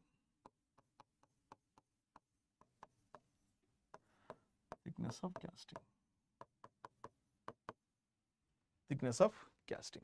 Isn't it, guys? Right? Right. Now here, by using shape factor value, Y value taken from the casting tables. So if they mention that shape factor, then definitely they will give you the some casting tables. Okay, right. Now, so by using shape factor value, by SF value, Y value, that is equal to VR by VC, can be selected from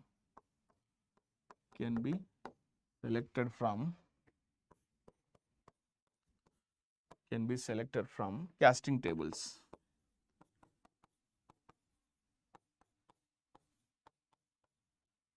Okay, so now you just solve this equation. Why you know that? You know, na?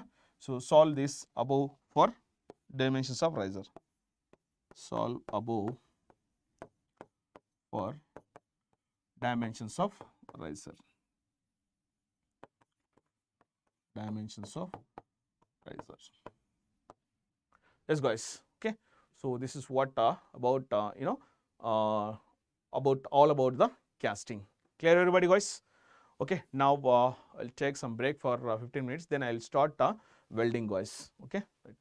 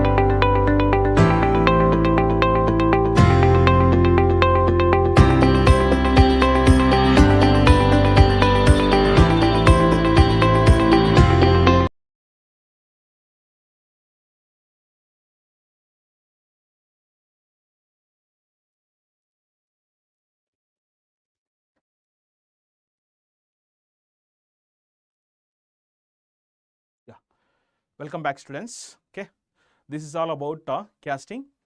Most of the times in casting, we will get 1 mark or 2 mark question. Okay, sometimes there is a possibility that linked answer questions may come 2 marks, 2 marks. Okay, in one question only they will ask 2 questions. Okay, so 2 marks, 2 marks, 4 marks may come. So that depends. Right.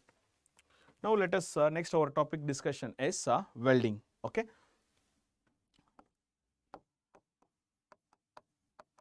Welding. Right. In welding, most of the questions are coming from arc welding.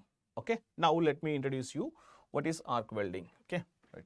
Now here this is your electrode and this is my workpiece. So must be they must have conductors and power supply given to this one, and it is minus and it is plus. When electrode is touched together and pull apart, then what happen na? So arc is going to be initiated. Now this called it is a arc length L. Now this diameter we call it as a diameter. Say that it is a workpiece and this electrode. Right. Now here fusion zone will be takes place like this. Okay.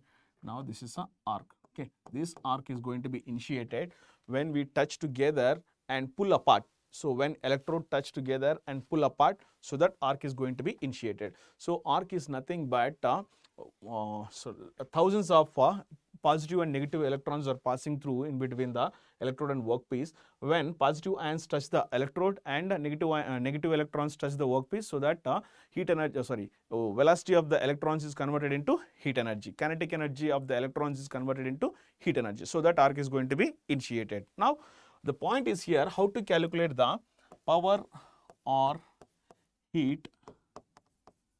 Okay. So Q is the heat in the arc region. That is going to be calculated by V into I. Okay. So V into I. So where V is a welding voltage, V is a welding voltage. Now I is a welding current. Welding current, right? So from here, so power in the arc region V into I. So its units are watts, right? Now here we can write it as V into I. We can also write it as watt equal to joule per second. Okay, this is how you are going to calculate your power in the arc region. But the thing is here, guys, so sometimes there is a possibility that they may ask that this arc region having 3 types. Okay, so 3 regions. So this is one region, this is another region, this is a middle region. Okay, so I'll take another diagram and I'll explain you guys. Okay, now here it is a arc, and this arc having 3 regions. Okay, right. So first region, it is a second region. Suppose say that it is a plus and it is a minus. Now let me explain you this properly. Right. Now this is called cathode drop region. Cathode drop region. Okay. Now this region we call plasma drop region. This called plasma drop region. Okay. Right. Now bottom one we call it as anode drop region. Anode drop region. Okay, guys. Right. Now the voltage, total voltage is V. The potential difference between the electrode and workpiece is V. Okay. Now this V is divided into 3 regions. Okay. Now let me give you. Right. Now the cathode drop region voltage we call it as Vc. Okay. Plasma drop region voltage we call it as Vp, and anode drop region voltage we call it as Va. Isn't it, guys? Now my V voltage I can write it is Vc plus Vp plus Va. Okay, so is there any variation takes place in these 3 regions that will affect the overall potential difference? Okay, yeah, good evening Shant Kumar, very good evening. So welcome to the session. Right, now see what I'm trying to explain you guys. These arc region voltage, so is there any variation takes place in the anode drop region, plasma drop region and cathode drop region. So that will affect overall voltage. And similarly, is there any change occurs in the overall potential difference that will affect the individual drop region voltage as well. Okay, so that is what I would like to highlight. Right now, here my power equation I can write it is V into I. Right, V I can replace that Vc plus Vp plus Va into I, such that here, so Vc into I plus Vp into I plus Va into I. So these are the heat generation or power in the individual drop region. Okay, suppose if they ask you to calculate only heat generation in the cathode drop region, then you can go for Vc into I.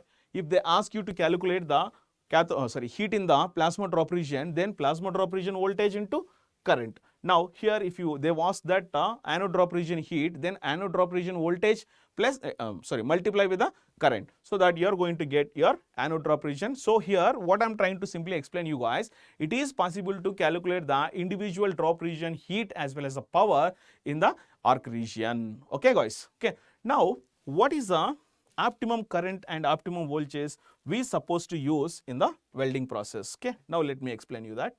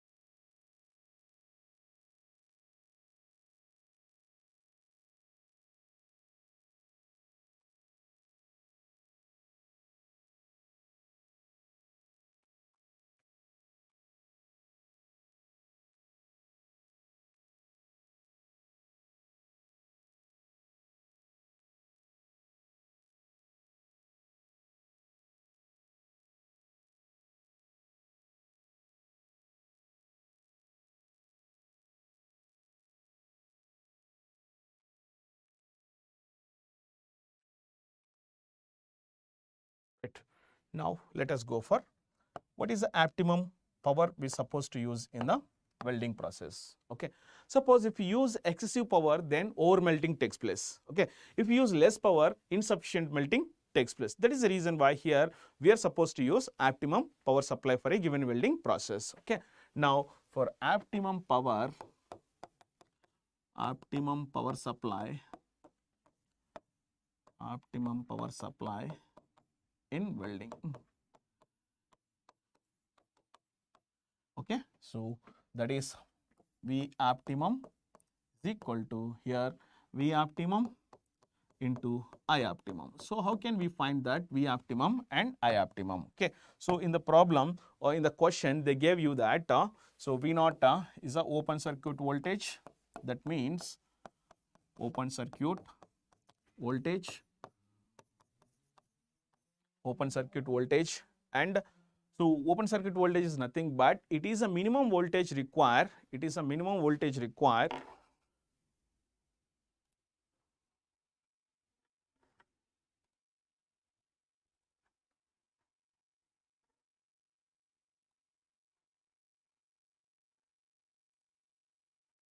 One minute, guys.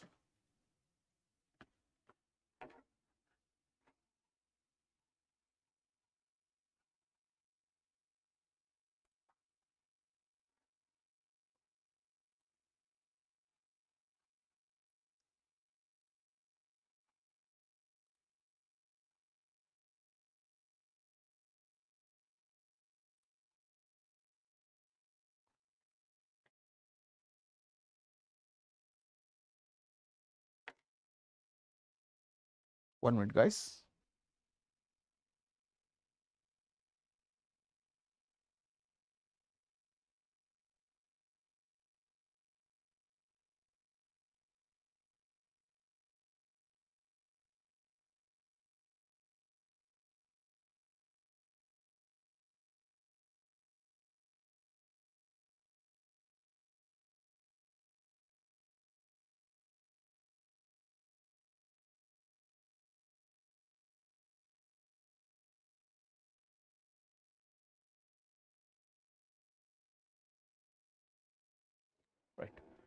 Now, what is open circuit voltage?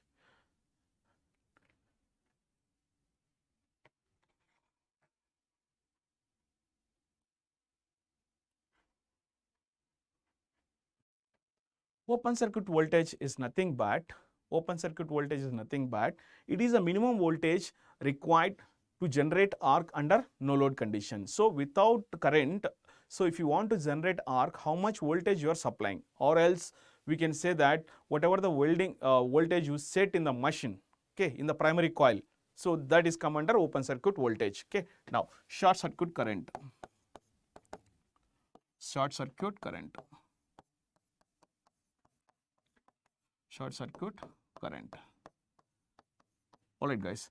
So short circuit current is nothing but, so whenever you create short, that means short means workpiece is whenever electrode touch the workpiece, then short is going to be created, right? So when short created, that time how much current is established in between the workpiece and electrode is come under short circuit current, guys. Okay, so what I'm trying to tell you, whenever you create short, that means when electrode touch the workpiece, then short is going to be created. So in between, during the short creation, how much current is passing, that is come under short circuit current. Now, so V optimum and I optimum can be written as, so V optimum is equal to, it is half of the open circuit voltage, and I optimum is equal to, it is half of the short circuit current. Okay, so you need to remember these two fellows in order to calculate the optimum power in the welding process. Okay, guys, understood?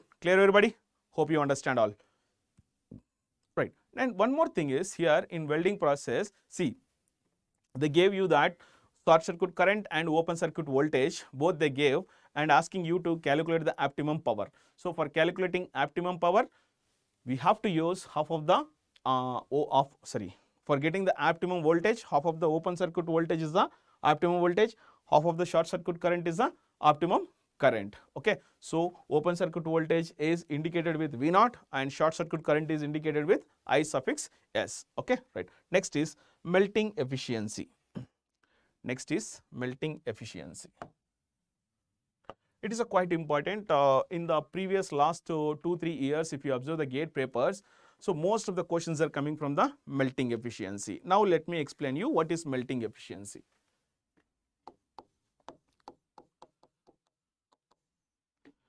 Melting efficiency. So it indicates eta m, melting efficiency, right?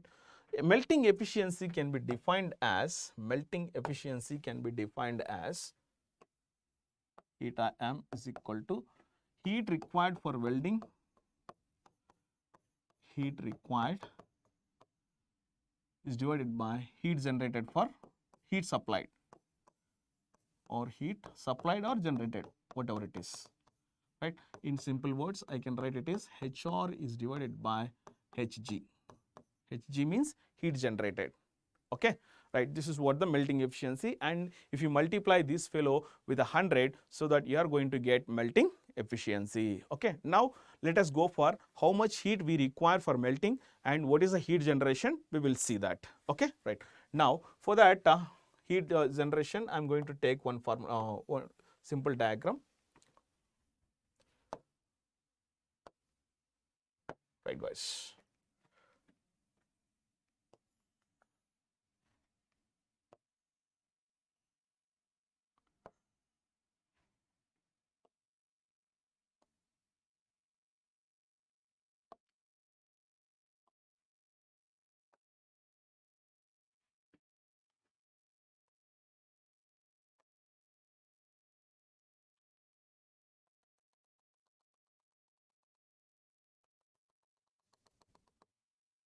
Okay, so now this is a weld bead. So say that it is a plate 1 and it is a plate 2.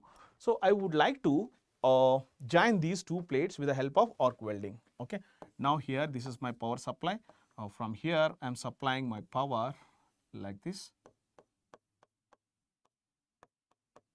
Okay, now power I am supplying, that is equal to V into I. So as I said, guys, here see, while it is power transferring from here to here, some losses is going to be takes place. So heat transfer losses, say that efficiency NT, eta T is a heat transfer efficiency. Now here whatever the exact heat utilized for making this joint, that is come under your melting efficiency. So melting efficiency is nothing but whatever the heat exactly utilized for making the joint is come under so what is that? Melting efficiency. Hope you understand, all of you guys. Okay, right. Now here I am taking the length of the weld.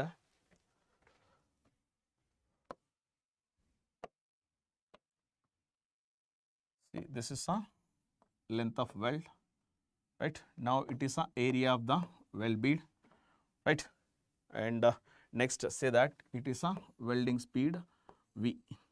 Welding speed is V, right? Now, so let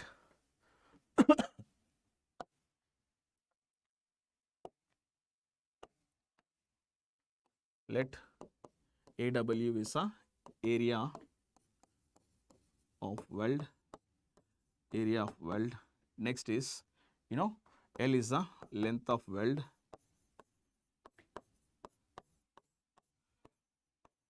length of weld. Okay. Next is V is the welding speed, welding speed in C. Length of the weld is in mm. Okay. Area of the weld is mm square. Okay. Right. Now here welding speed is mm per second or mm per minute also you can take, not an issue. Right. Okay. Now here let calculate that volume of weld bead. So area into length, so that I can get volume of weld bead, na? Right. Now here volume of weld, volume of weld. So that is equal to V. I am taking capital V. This is equal to AW into L. So that is equal to in mm cube. Okay. Now let rho is the density of molten metal. Rho is the density of molten metal. Rho is the density of molten metal. So density obviously in kg per meter cube. Okay, so we just converted that into later stages in what is that, mm cube or centimeter cube. That depends upon your dimensions of the weld bead. Okay, so hope you understand. Now here what guys, we calculated volume of the weld bead by the help of area into length, so that we got volume, right? Now so we know the density of this weld material also. We know the density of this weld material also, isn't it guys? Now let us go for mass of weld bead. Mass of weld bead. So I am taking it as a mass. How can I write my mass? How can I write my mass? Okay. So I know the density and I know the volume. Okay. So volume by density is a volume into density. I'm sorry. Volume into density is a mass. Okay. Now here volume into density, so that you will get the mass of the weld bead. Okay. Now we got guys what we got. Finally we got how much mass presented in between the two plates. So now this mass we supposed to melt. Okay. This mass we supposed to melt. That means if you apply heat, so that what happen? Where is my pen? If I apply heat, so that this area is going to be melt, isn't it guys? Okay.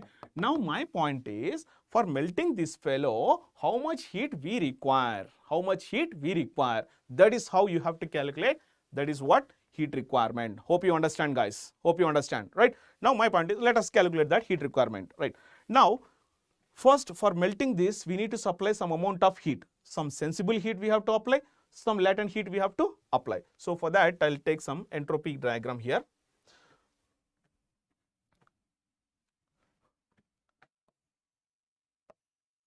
Right. Now here it is a temperature and it is a entropy graph. So as you know that already in heat transfer, you know, na? So that is, let me draw that. It is going to become like this. Okay. Now here, so this is say that it is some melting point. Oh my God, not red. say that it is a melting point temperature of a molten metal. Okay, now here it is a room temperature, say that TR. Okay, now so some heat has to be applied to melt. Okay, so after melting we need to supply some amount of sensible heat for phase change. So after that we apply some heat, okay, like this. Okay, now this we call sensible heat and this we call latent heat. Okay, right guys, back to for melting this AW, we need to supply some amount of sensible heat, some amount of latent heat. Sensible heat for melting, sensible heat for up to melting. So after melting, oh my god, after melting we need to supply some latent heat. Latent heat is nothing but it just convert the phase from solid to liquid. That means, see, if you heat supplied or removed in between the two different temperatures, that is come under sensible heat. If you heat added or removed in between the, at the same temperatures, then it is come under latent heat. So for melting this, we require some amount of the sensible heat for melting, some amount of the latent heat required for phase transmission. Clear everybody, right? Now let us go for heat requirement. Heat required is equal to it is mass of the well bead into sensible heat less latent heat of melting, isn't it guys? Now let me write this. Mass into sensible heat is a Cp into delta T na. Now latent heat is LH only. Okay, now let us check that units. Okay, right, mass here mass is a kg, we say that. Okay, right, now Cp kilojoule per kg Kelvin, now delta H is a Kelvin, so plus latent heat is a kilojoule, right guys, right? Now here kilojoule will get cancelled, right? Now here you are going to get it is a kilojoule into kg into kilojoule per kg will get. Okay, right, now kg will get cancelled, then you are going to get kilojoule. So here what I am trying to tell you guys, so for melting this particular area we require some sensible heat as well as some latent heat will get. Okay, right. Now sometimes guys what happen na, they may give that unit melting energy. UM is a unit melting energy.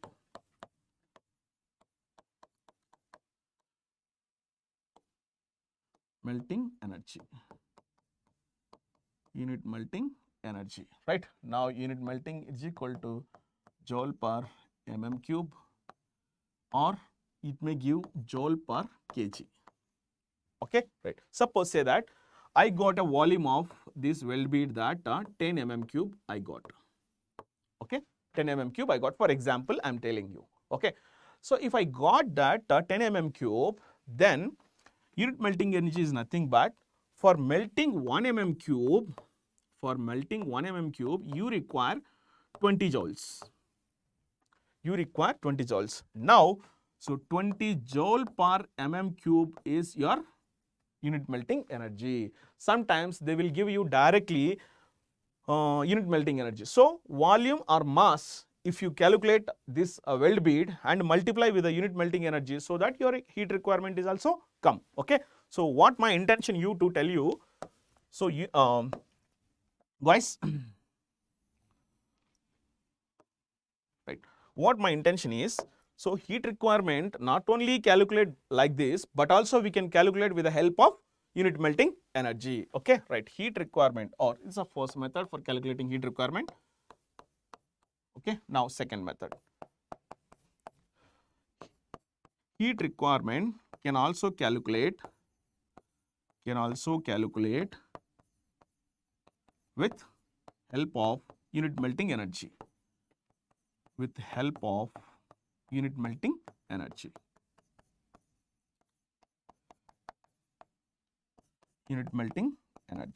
Isn't it guys, right? Now let us go for heat requirement is equal to volume into unit melting energy. So if it is in volume, then unit melting energy units equal to joule per mm cube. Okay, sometimes you may directly the mass of the well bead into unit melting energy. In this case, these unit melting energy units are, joule per kg. So, how many joules required for melting this mass, and how many joules required for melting this volume? Okay, like that also we can calculate heat requirement. I hope everybody understand how to calculate the heat requirement for a given welding process, particularly in arc welding process. Yes guys, understood? Now let us go for heat input or heat supply or heat input. Both are same na? Heat supply or heat input. It is again sometimes there is a possibility that only one question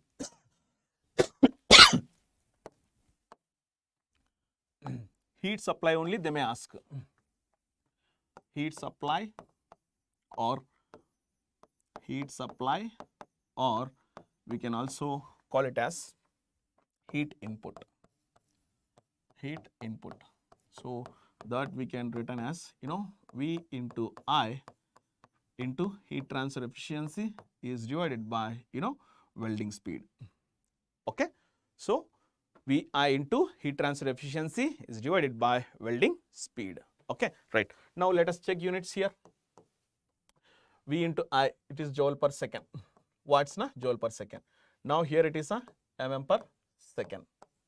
Okay, now second will get cancelled, so that your dimensions are joule per mm. So if heat input asked in joule per mm, then you are supposed to use this formula. Okay, now if heat supplied or heat input asked in joule per mm cube, that is equal to, it is V into I into heat transfer efficiency is divided by area of the well bead. Oh my god, 1 minute.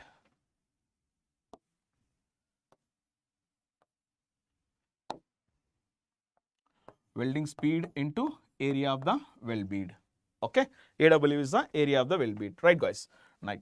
Now here, so again it is joule per second. Now here, so mm per second into area of the well bead is mm square. Now second will get cancelled, so that you are going to get guys joule per mm cube your answer. Okay. Now see, I am clearly telling you, sometimes there is a possibility that asking for only heat input guys. When based on your units, based on the question units, you are supposed to use your formula. Heat input or heat supplied asked in joule per mm, then you use this formula. If heat input asked in joule per mm cube, then you are supposed to use this formula. Alright guys, okay. So heat input asked in joule per mm cube, you use this. So only thing is here, multiply with the denominator, you just multiply with the area of the well bead, so that you are going to add mm square here, then you are going to get joule per mm cube. Okay, now I hope we have calculated heat supply as well as the heat requirement, so that you are going to get easily what is that melting efficiency. Now what is melting efficiency guys? Melting efficiency is equal to, it is heat required is divided by heat supplied or heat input or heat generation into 100, isn't it guys? So most of the times now in these days, now last 2-3 years, they are asking question from melting efficiency only. Okay. Now here I would like to highlight one thing here guys. So apart from reminding all these formulae, I will give you one single stroke of shortcut. Okay, single stroke of shortcut. Okay, now let me give you that.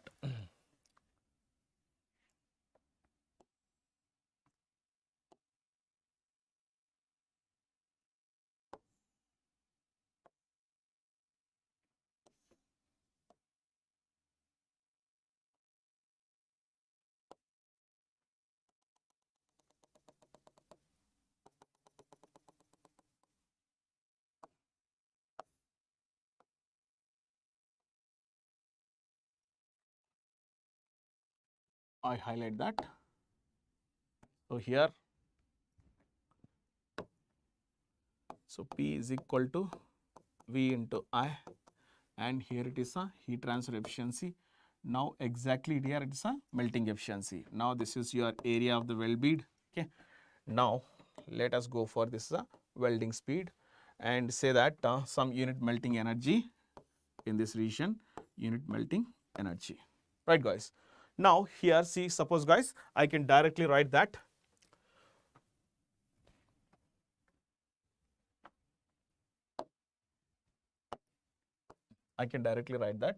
so V into I into heat transfer efficiency into melting efficiency is equal to area of the weld bead into welding speed into unit melting energy.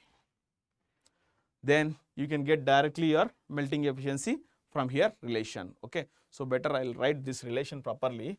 So it is not looking good. So very important relation.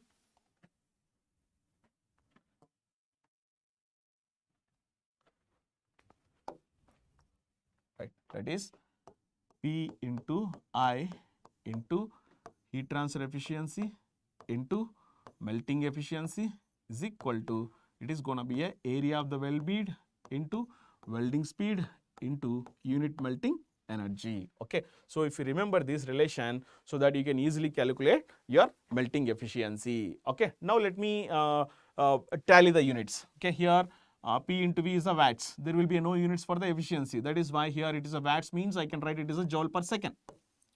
Right. Now here area mm square into velocity speed, that is mm per second, and unit melting energy joule per mm cube. Right. Now here mm square into mm, so that mm cube will get cancelled, so that you are going to get it is a joule per second is equal to joule per second. Okay, right. Now let me highlight that.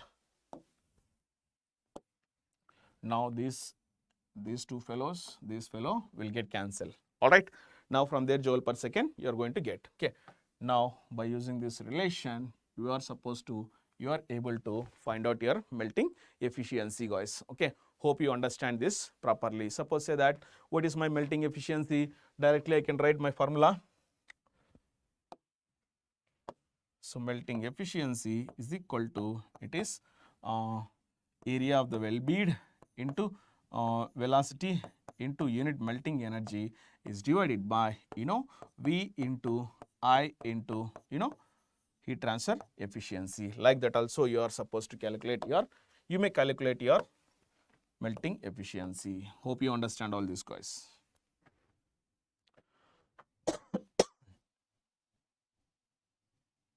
Finished now? Now let us go for another thing, that is number of electrodes required for welding.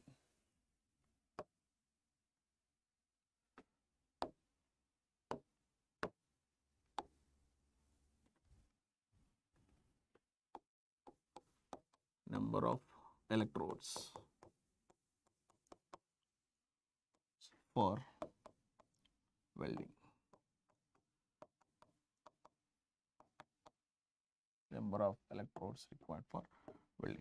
For this also, suppose as a welding engineer, so you are not supposed to take the electrodes randomly. You are supposed to able to calculate the number of electrodes required for the welding process. So that may that you can calculate with the help of dimensions of the weld bead. Okay.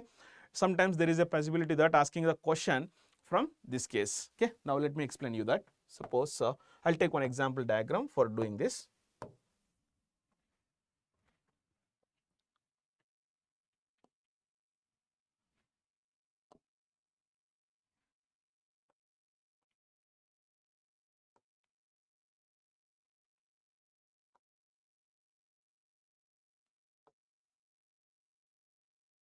Right. So this is what the weld I am supposed to weld.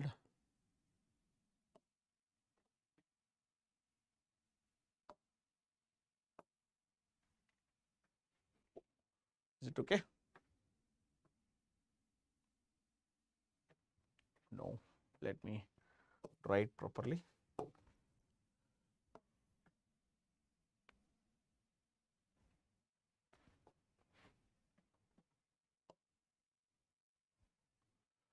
Right, guys.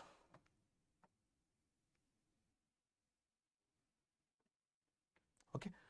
Now here this is not my reinforcement, and accordingly, so guys, I am just putting everything in the diagram so that it would be very easy you to solve these kind of questions. Okay, right.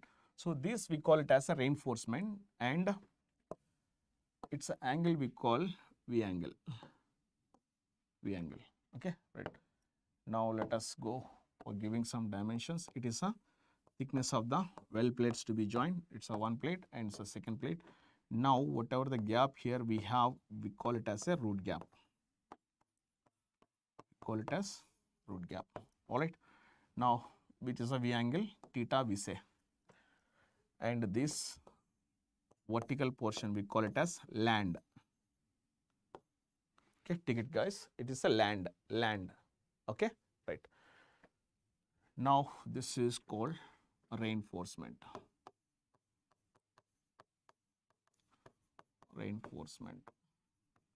Okay, now this is called spatter.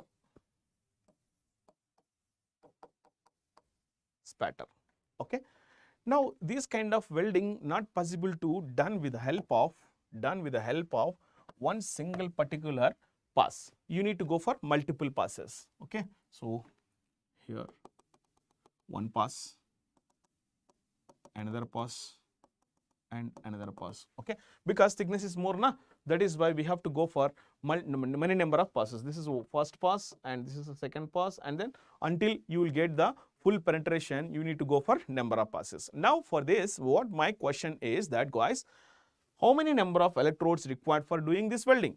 For if I want to join plate 1 and plate 2, how many number of electrodes required in arc welding? That is what I would like to calculate. Clear everybody? Right. Now here reinforcement is this portion we call reinforcement, which is having certain projection from the weld bead. Okay. Now let me write that.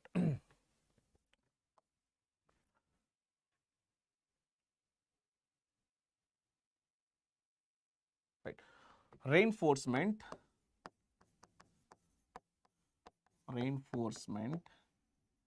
is 10 to 15% in the weld bead volume.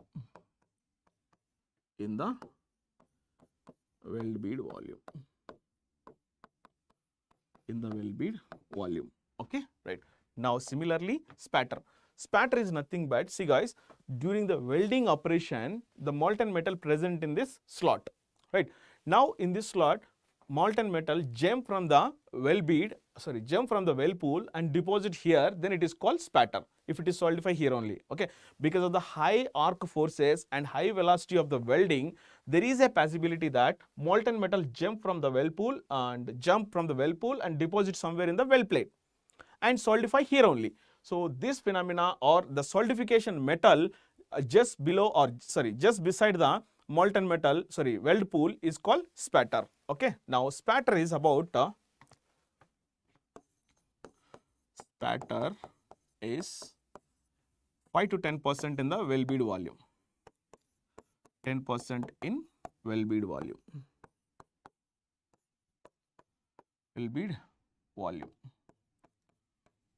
All right guys, hope you understand.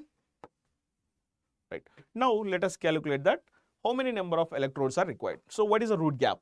Root gap is nothing but it is the minimum gap between the two plates to be joined. Okay, it is the minimum gap between the two plates to be joined. Yes guys, right. Now here why land is provided? Okay, why root gap is provided? If suppose it is a heavier thickness, then that is why sometimes there is a difficulty to melt the entire thickness. That is why if you provide some gap so that the top melted molten metal may penetrate or may flow into the plates between the two plates to be joined. So that is why we provided root gap. Okay, next land.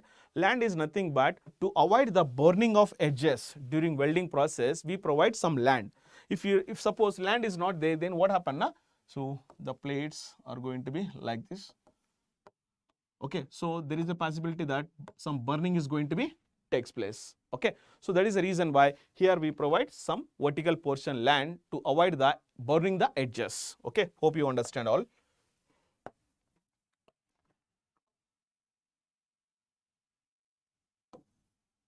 Right. Now let us go for calculating the number of electrodes.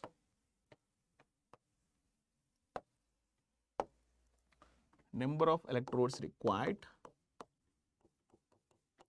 number of electrodes required,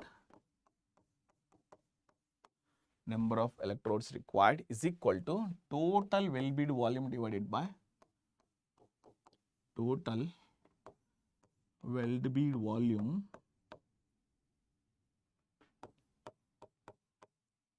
is divided by volume of electrode. Volume of electrode. So that you are going to get, it is a total number of electrodes required for this operation. Now let us calculate the total well-bead volume. Total well-bead volume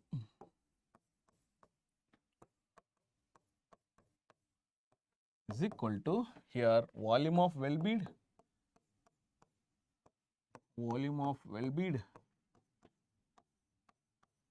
plus spatter plus crowing, that means reinforcement.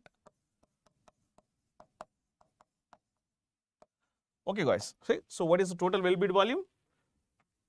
Volume of well-bead plus reinforcement plus spatter, so that you are going to get total well-bead volume, isn't it guys? Total well-bead volume, right? Now let us go for right,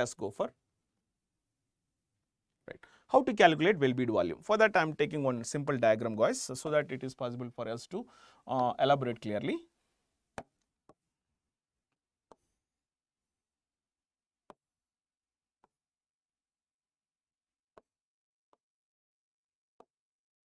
So only front view I am drawing here, okay.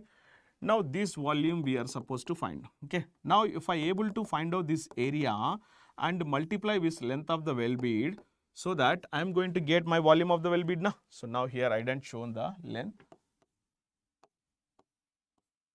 it is a length of weld, okay. Now so if I able to calculate my area,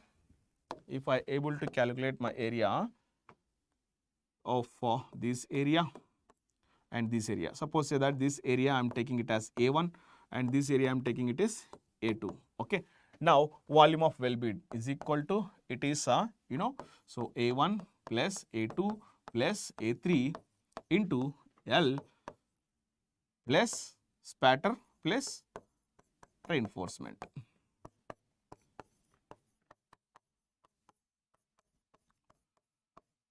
Spatter plus reinforcement.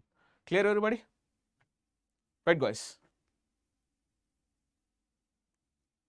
Alright. Now A1 can be calculated easily. Why? Because root gap. So A1 is equal to, it is a root gap into T, thickness, right? So root gap into thickness, so that you are going to get, it is a A1. You are going to get this much, right? Now A2, how can we calculate A2? See that A2 equal to A3 na? So now this angle is theta by 2. Now if you take this is a H and this is a X, right? Now here how can we calculate that? Here I'll write tan theta is equal to, here tan theta by 2 guys, tan theta by 2 is equal to, so X by H. We know H. So this distance, how much it is? H, land thickness minus land, so that you will get H. Thickness minus land, so that you are going to get H. No problem about that. We are only problem in finding this X. Okay, that is why X equal to, here we can easily write that. So X is equal to H tan theta by 2. Okay. Now you know this value. Area of the well-bead, area of this triangle is, right. Now A2 is equal to here half into X into H, small h, right. So half into X is H tan theta by 2. Now H is equal to thickness minus land, right. So that you are going to get A2. So if you multiply with A2, 2, A2 equal to A3, that is why 2A2 you can write. Now let me write that. So volume of well bead is equal to, it is A1 plus 2A2 into L plus spatter plus reinforcement. Spatter plus reinforcement. All right, guys. Spatter plus reinforcement. Boys, this is what. Now A2, how can we calculate? Just now we have written, right? Now volume of electrode. So how can we calculate volume of electrode? Now electrode should be like this, na? Electrode should be like this, right? Now this is for holding purpose. So stubbing loss. Now here it is a length of stubbing. That means it is not involving in the welding, right? It just only holding purpose. Now this is the entire electrode. This is called effective length. Now this we call it as a total length of the electrode. Okay, right. Now say that this is a diameter of the electrode D. Now volume of electrode. Volume of electrode is equal to, it is a pi by 4 d square into LE. Okay, guys. LE you are supposed to use. Why? Because LS is not involving in the welding process. That is why effective length only you have to consider while you are calculating the volume of electrode. Okay. Now you got volume of electrode and you got the what is that? Volume of the total volume of the well bead. Okay. Now let us, number of electrodes is equal to number of electrodes is equal to, it is A1 plus 2A2 into L plus spatter plus reinforcement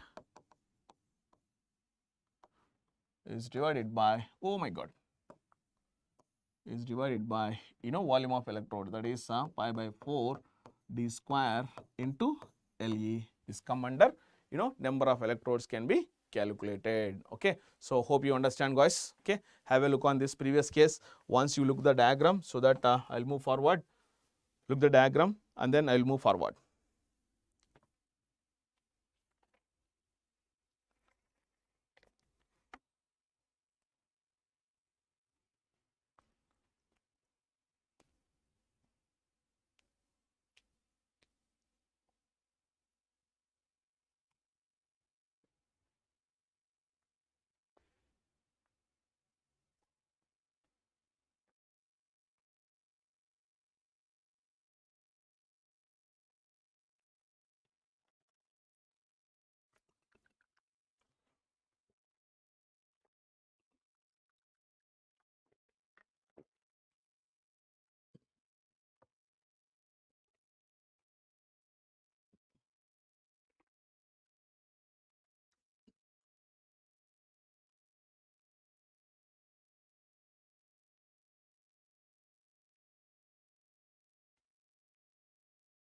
Right. Now let's go for same melting efficiency for resistance welding. Melting efficiency for resistance welding. So sometimes here this also useful.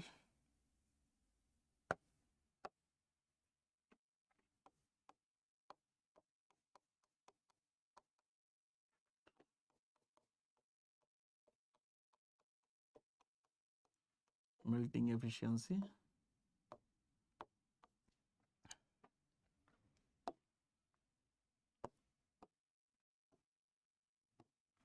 Melting efficiency in resistance welding. Now actually in resistance welding, most of the times we used to, oh my, 1 minute guys.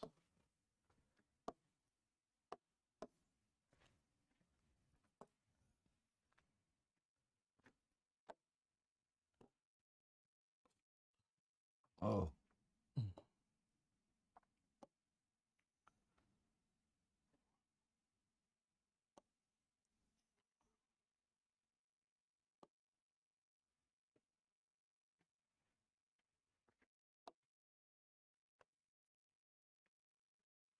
Now these are the electrodes. So in between the two electrodes, the workpiece is to be placed in a lap joint configuration. Now, whenever we apply some force from the two electrodes, simultaneously current as well as the force applied in between the two plates to be joined. Okay, right. Such that what happens, some portion in this phase and some portion in this case are going to be melt, such that what happens, a nugget is going to be formed. A nugget is going to be formed. Oh my God, 1 minute.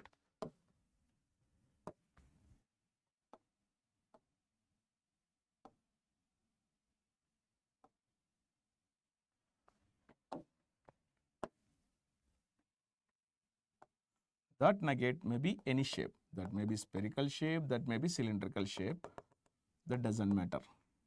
Okay, right. Now this is called nugget.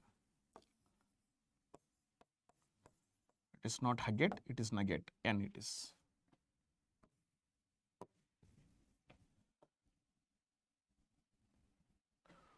Right guys, now actually we don't know the exact shape of the nugget, we don't know the exact shape of nugget, that is why what happened na, the theoretical approximate shape of nugget we consider it as a cylindrical shape. Okay, right. Now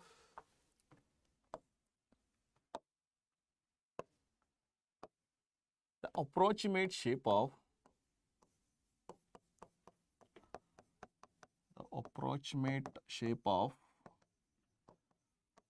nugget, consider cylindrical shape. Consider cylindrical shape. Yes guys, cylindrical shape. Oh. Right? Right. With the dia of D, with dia D and height is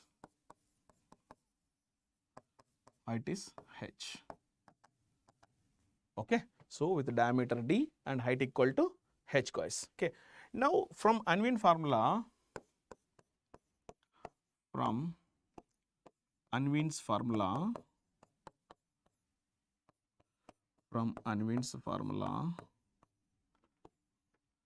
so diameter can be calculated 6 root T. 6 root T, where T is a thickness of the sheets. T is, oh my God, this is the thickness of the sheets.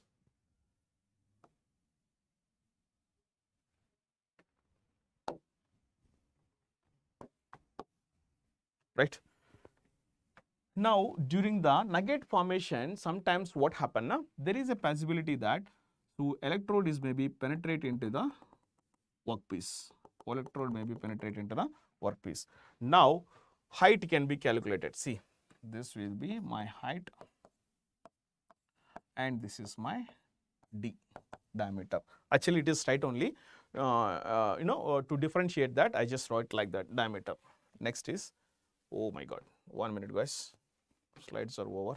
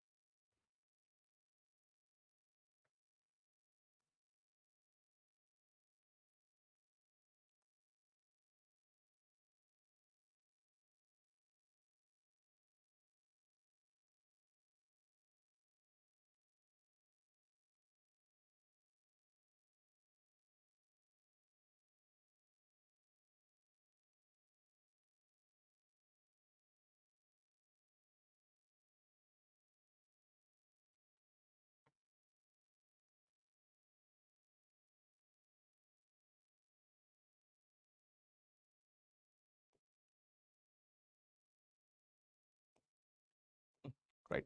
Now height equal to, I can write height equal to, it is 2T minus 2 into indentation. 2T into 2 minus 2 minus into indentation.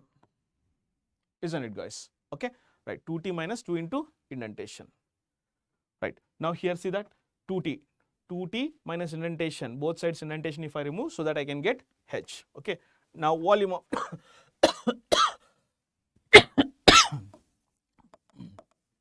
volume of nugget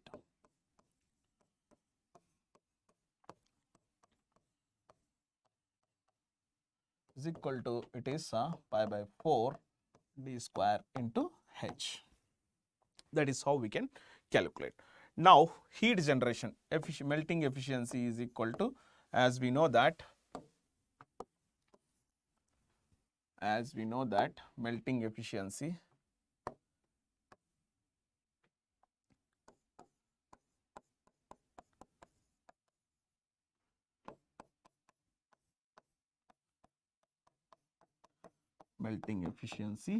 eta m is equal to, again it is a heat required is divided by heat generation. Okay. First we will highlight here heat generation. Heat generation can be calculated by using the formula I square RT, okay, where I is the current, I is equal to current, and R is the resistance,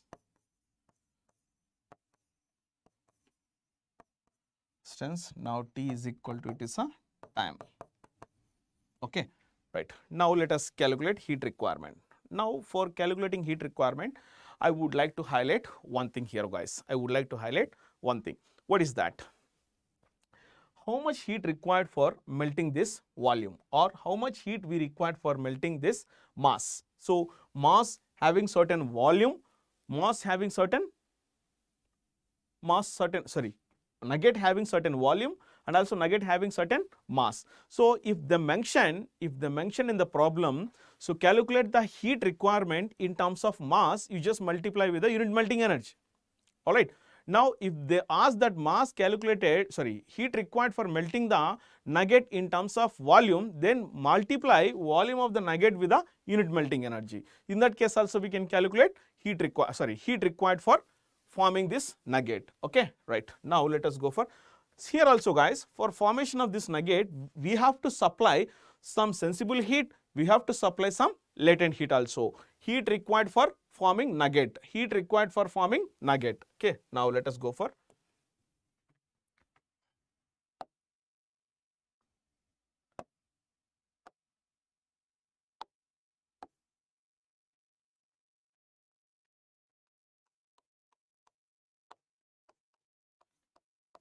heat required for forming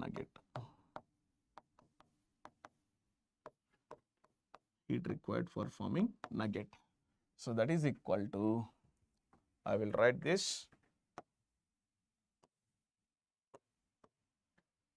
heat required is equal to, it is mass of the nugget into sensible heat plus latent heat of melting. Now mass, how can I write? Volume into density, right? Sensible heat I can write Cp into delta T plus latent heat. Okay, right. Again, if I simplify that, volume of nugget we can calculate, density is the workpiece material density, right? Now here Cp and delta is the melting point temperature minus room temperature plus latent heat of melting. Okay, right. Now here, where, let me write this is a density of molten metal,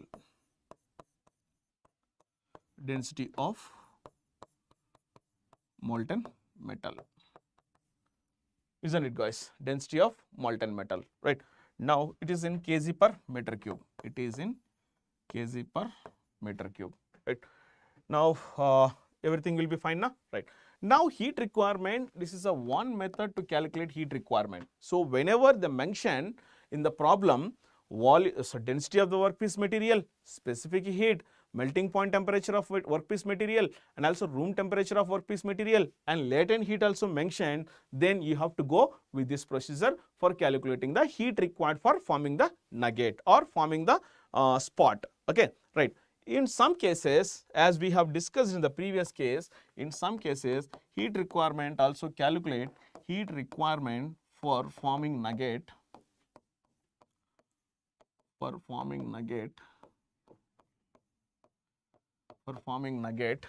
heat required for forming nugget.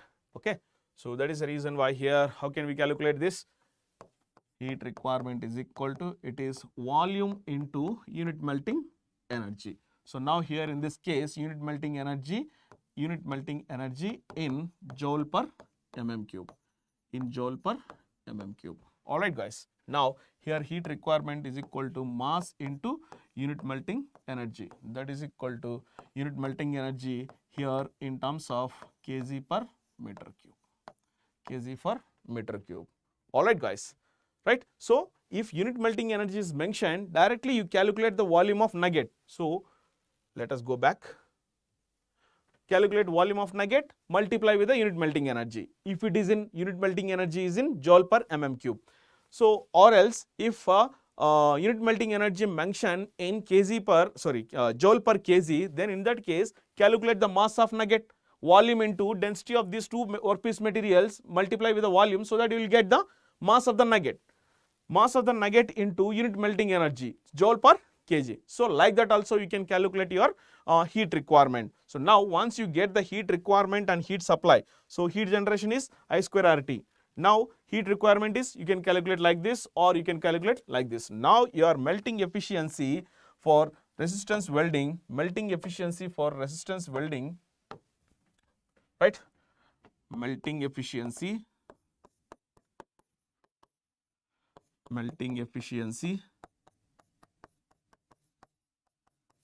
for or resistance welding,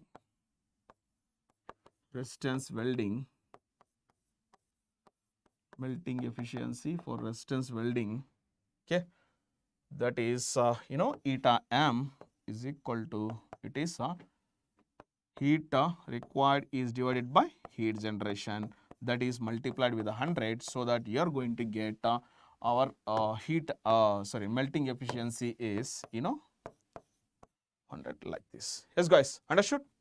So now hope you understand. So how to calculate? Most of the times guys, the question is coming from arc welding, that so one theory question, or else the problem if you come from this line, like calculating the heat input, or else melting efficiency in the arc welding, or optimum power calculations I gave you already. Open circuit voltage by 2 is the optimum voltage, short circuit current by 2 is the optimum current. If you multiply the two fellows, so that you are going to get optimum current for a given welding process. Similarly, arc welding melting efficiency and resistance welding melting efficiency both can be calculated by using like this. Okay, hope you understand the welding guys, right? Yeah. Now take 5 minutes break guys, and then we will start.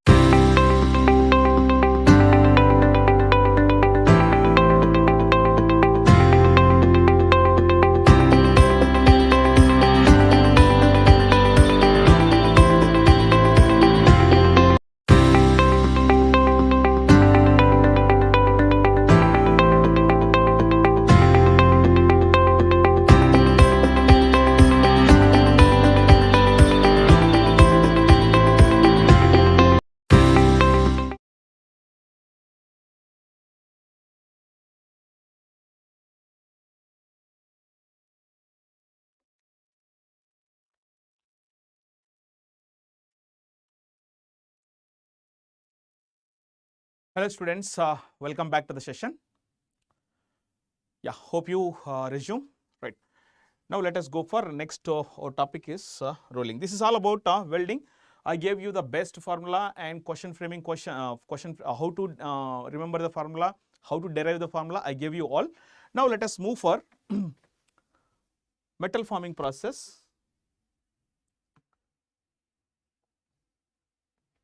Right. Next our topic is metal forming process.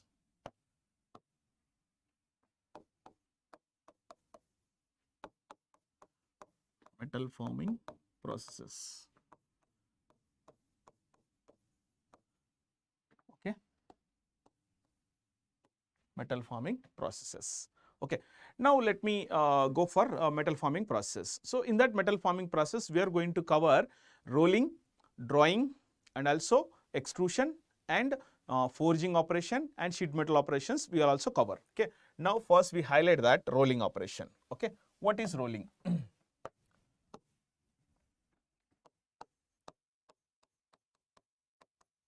What is rolling? Okay. So rolling is the operation.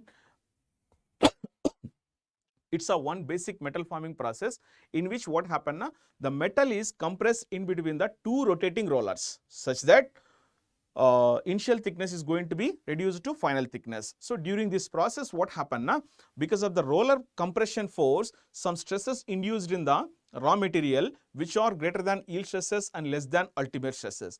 Once the material experiences the stresses in between yield and ultimate stresses, then what happen yield and ultimate stresses, material experiences the plastic deformation for converting one shape into another shape is come under rolling operation, right? So with the help of diagram, I'll explain you guys. Right. So now this is the two rollers. These are the two rollers. So in which workpiece is compressed like this. All right, guys. This is a roller and this is another roller. Say that. So which is rotating in this direction, right? Now here workpiece during rolling process, the workpiece is compressed in between the two rollers such that initial thickness H0 is converted into final thickness of HF. Final thickness of HF. Okay. Now here it is a initial velocity of the workpiece V0 and here it is a final velocity of the workpiece VF, guys. All right, guys. Right now. So it is a roller surface velocity, right? So actually why rolling is required?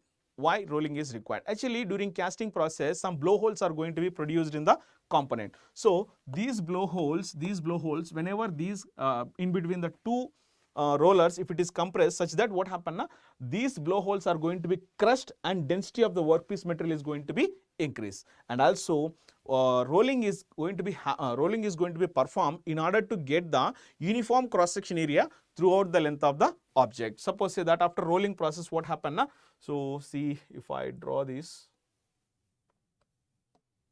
it is a width of the workpiece, right? It should be like this. Now what happen na, so if you take anywhere cross section area is going to be constant after rolling operation. See, suppose if I take the cross section area here, cross section area is here, okay? So the cross section area is uniform throughout the object, uniform throughout the length of the object. That is why we gave rolling process for this operation. Now let D is the roller dia, okay? H0 is the initial thickness, HF is the final thickness, V0 is the initial velocity and VF is the final velocity of the workpiece, guys. Okay, hope you understand what is the mechanism of rolling operation, right? Now here I just give you a few points, right? In order to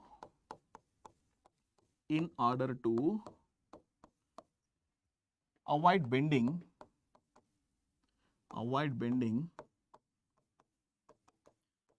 both rollers must be rotated with the same velocity.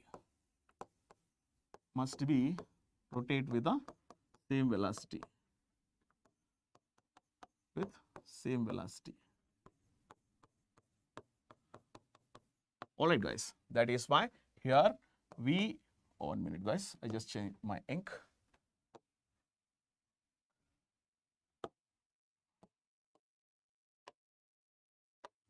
So now velocity of the top roller must be equal to surface velocity of the bottom roller. Okay.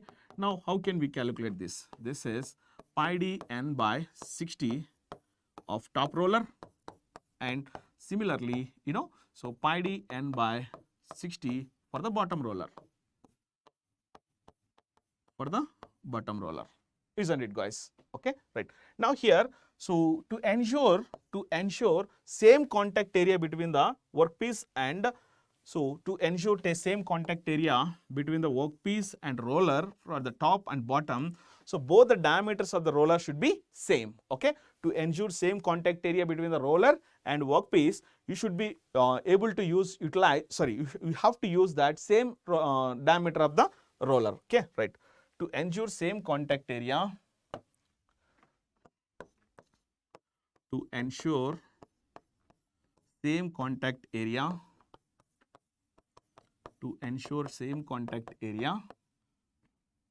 diameter of the roller should be equal.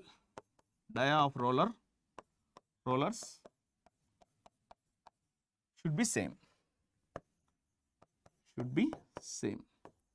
So here, how can I write that? So dn top is equal to dn bottom.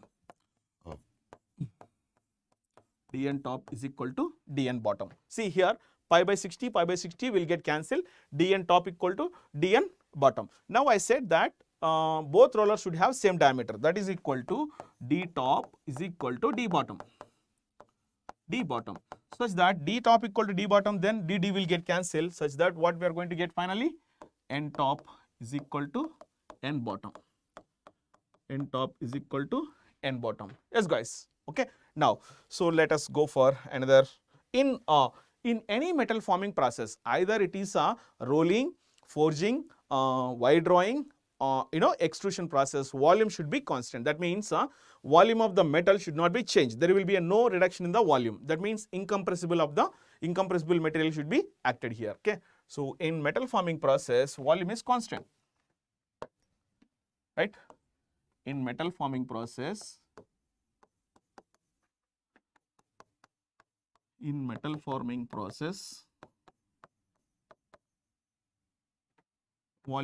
change in volume is 0. Change in volume is equal to 0. Change in volume is equal to 0. Okay. So right here, volume before rolling equal to volume after rolling. Volume before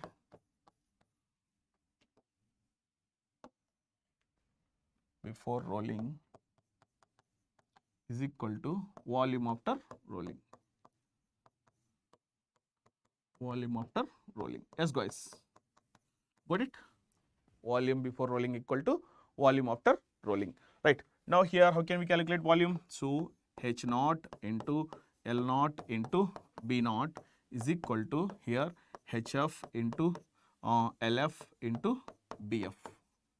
Right. So now I'll just show you that all. Right. See here, if I draw this like this, now it is a initial length of the workpiece L naught. Now here this will be final length of the workpiece LF. Okay. Now this is a initial width of the workpiece, and here it is a final width of the workpiece BF. All right guys. Right. Now let us go to this. Now we consider it is B naught is equal to BF. Okay. So width of the rolling operation, in rolling operation, width is going to be constant. Okay. Right. Now here, how can I write this fellow? H naught into L naught is equal to HF into LF, isn't it? Now here I can write this guys, one relation H naught by HF, so is equal to, it is LF by L naught you are going to get. Okay. Hope you understand all this.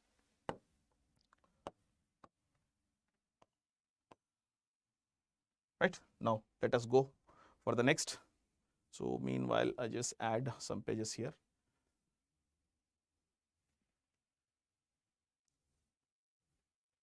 Oh.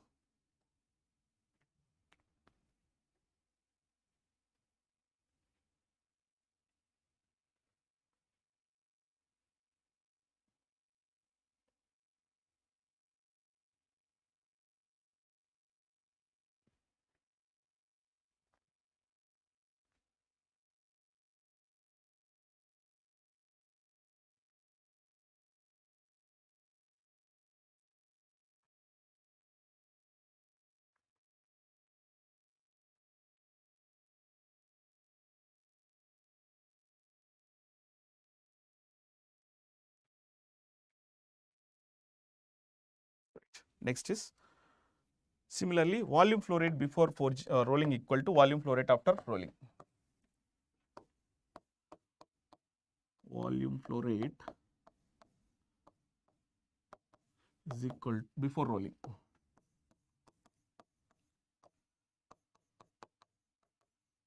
Equal to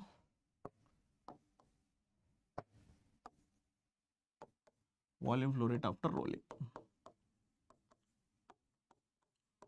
Volume flow rate after rolling.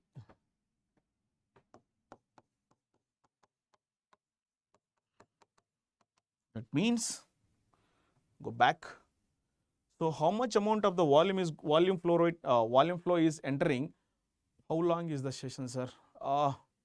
Might be till 9, Anisha.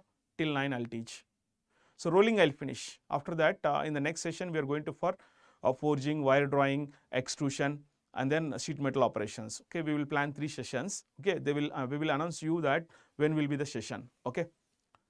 So one session is on 30th, and after that one more session we'll plan. In between the in these dates only we will plan. Okay, right. Thank you for watching continuously. Okay, yeah. Thank you, Amirunisa. Thank you very much. Yeah, is correct. Yeah, thank you, sir. Thank you, Karim sir. Thank you very much.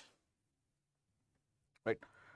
Now, so let's calculate that volume flow rate. How can we calculate that volume flow rate? Now let me explain you guys. Right. So H naught into V naught initial velocity into P naught is equal to, here it is HF into VF. Oh my God, VF into BF. Okay.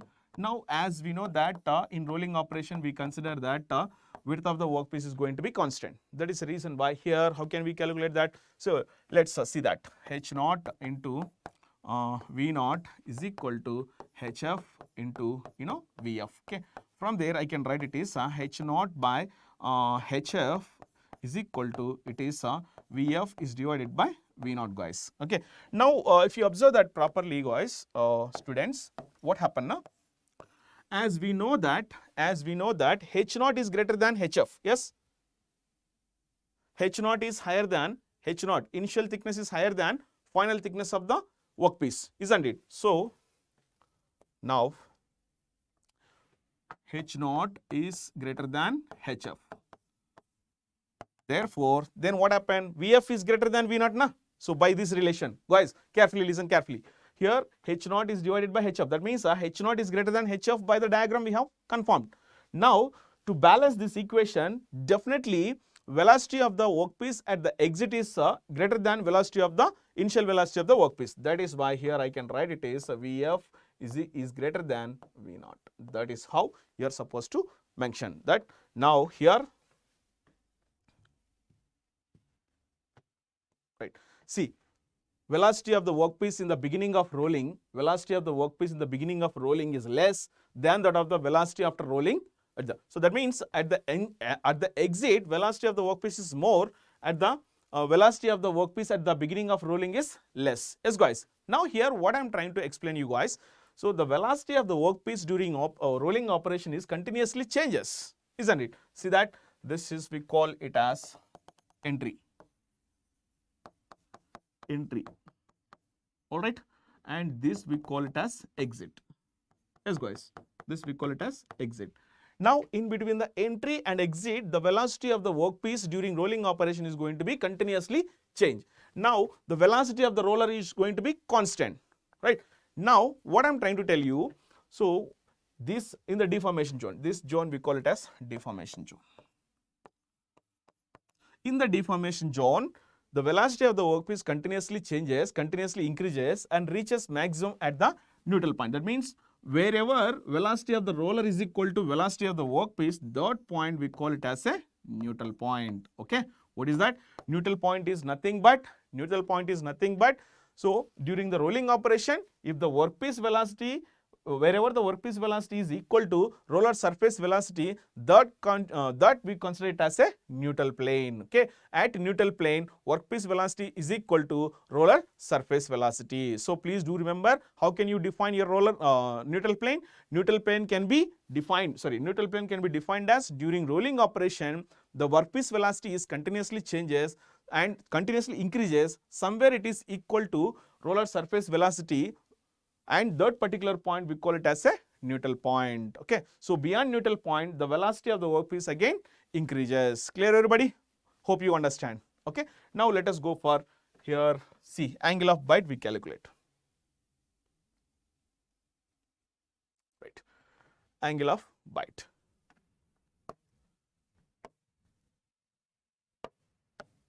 How can we calculate angle of bite?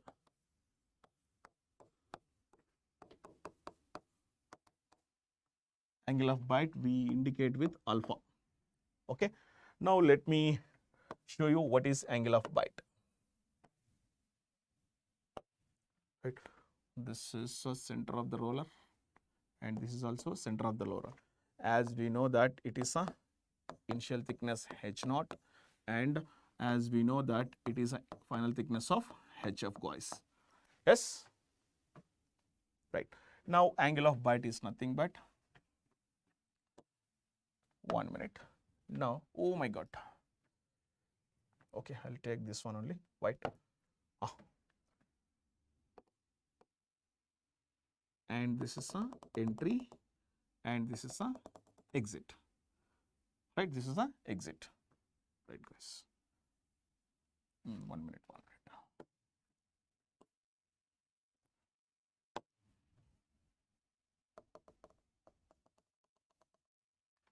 Say I'm taking this point O, this point A, and if I enhance this point I'm taking B, and this point I'm taking C, guys. Okay, hope you understand. Right, so now let me define what is my angle of bite. What is my angle of bite? Now this is your entry point and this is my exit. Oh my god, not this is my exit. This is my exit. Now angle of bite can be defined as, this is your angle of bite alpha. So the angle between the entry and exit is called angle of bite. The angle between the entry and exit is called angle of bite. The angle between entry and exit of deformation zone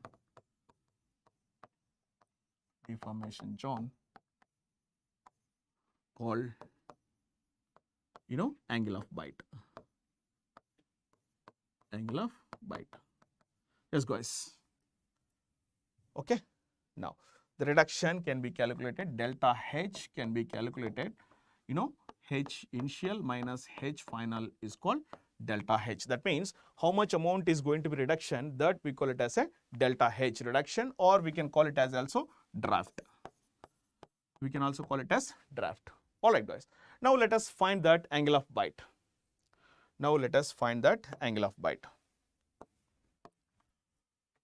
So now from triangle OAB. So this triangle I am taking cos alpha, you take that, guys, cos alpha. All right, cos alpha. Right. Now cos alpha is equal to, how can we write our cos alpha? OB by OA. So as we know that OA is radius, isn't it, guys? OA is the radius of the roller. Yes, OA is the radius of the roller. Now we don't know that OB. So OB I can write it is, OB I can write it is OC minus BC.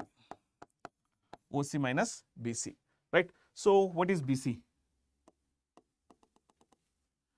This is your BC. So BC can be, this is, can I write it is delta H by 2?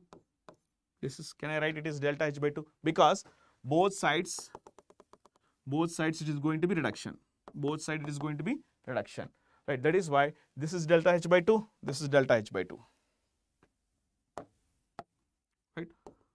This is delta H by 2, right? Now here OC means R minus delta H by 2 by R. Okay, now let us go for cos alpha is equal to here R minus delta H by 2 is divided by R. So from there I can write my equation, or cos alpha is equal to, it is 2R minus delta H by 2. Okay, from there I can write it is 2R cos alpha is equal to, it is 2R minus delta H. Okay, now here, from here I can write delta H is equal to, it is 2R minus 2R cos alpha. So from here I can write my delta H is equal to, 2R into 1 minus cos alpha. Alright, from there again I can write it as delta H is equal to 2R means D, 1 minus cos alpha we can write. Yes guys, so hope you understand the thing. Like that we can do. Alright. Thank you, Sagar. Thank you very much.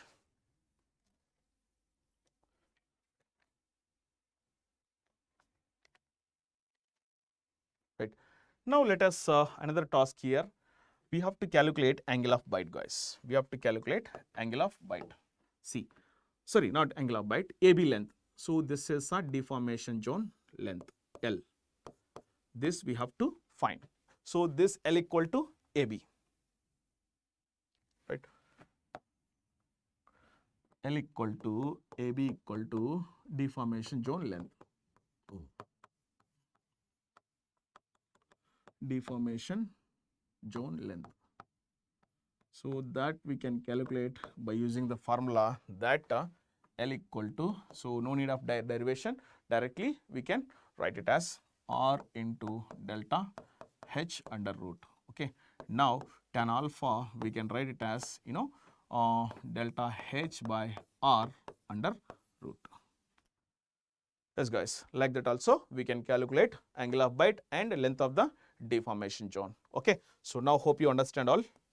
Now let us go for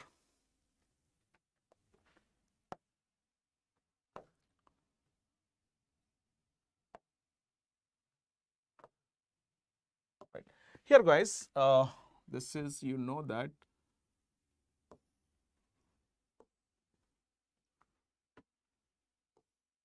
right. Now let me take some ink here.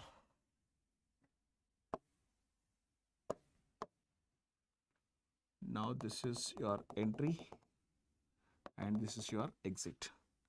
Somewhere we have a neutral plane N. Right. Now here this fellow is H0 and this fellow is HF, and the thickness at neutral plane we call HN.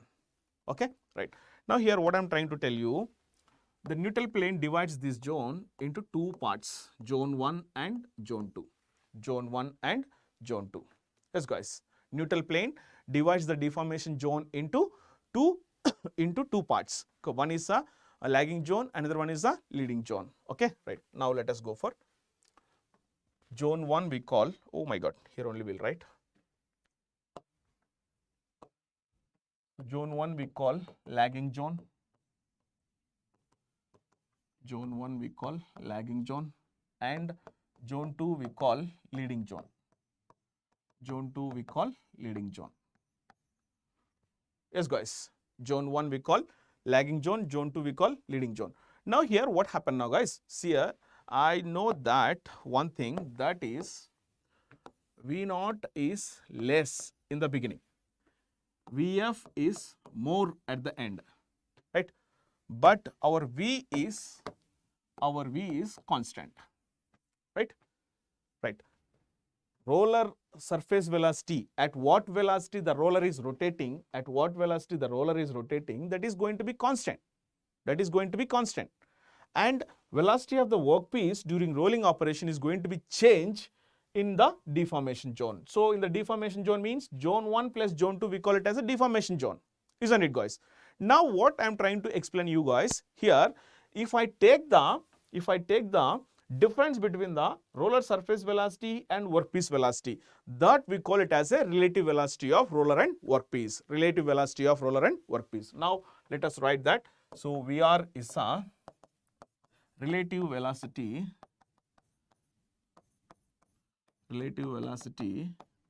of roller and workpiece. Roller and workpiece. Now can I write my VR is equal to, it is V minus V naught. Relative velocity of roller and workpiece is equal to, VR is equal to V minus V naught, right? Now this value is maximum in the beginning of rolling. This value is, VR is maximum in the beginning of rolling. See, suppose in the beginning of rolling, V naught is less. V naught is less. So if it is less, this value increases. Yes, guys, try to understand the problem. Try to understand the situation, right? Now what I'm trying to tell you, in the beginning of rolling operation, roller workpiece velocity is less. That is why roller relative velocity is more, right? So now as the rolling progresses, then what happens? This value, V value of workpiece, velocity of the workpiece increases. That is why this is going to be decreases. Now at the neutral plane, V naught equal to V. Now at neutral plane, we are equal to 0. Yes or no? Right. So I'll give you the small diagram for understanding this. Say that this is my entry, this is my entry, and this is my exit. Right. Here my neutral plane. So what I'm trying to explain you guys, see, this is your VR. So VR is going to be, VR is maximum at the beginning of entrance, because at the entrance V naught is less, na? V naught is less. As the rolling progresses, my V naught is increases. So if my V naught increases, my VR is going to be decreases. And now, so V equal to V naught at neutral plane, So that is why VR equal to 0. After that, again VR is going to be increase and reaches to the maximum at the ending.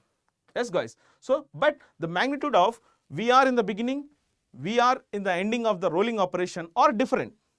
Okay. So, right. This is what about this one. Okay. Now, next go for pressure in lagging zone. Pressure in lagging zone. I just give you the two formulas. Pressure in lagging zone. Okay. So, now what I'm trying.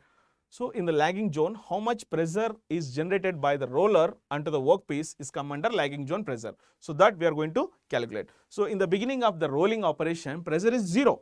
As the rolling progresses, then what happen na? The rolling progresses, then pressure of the pressure by the roller onto the workpiece is going to be increase. That is what I would like to convey, right?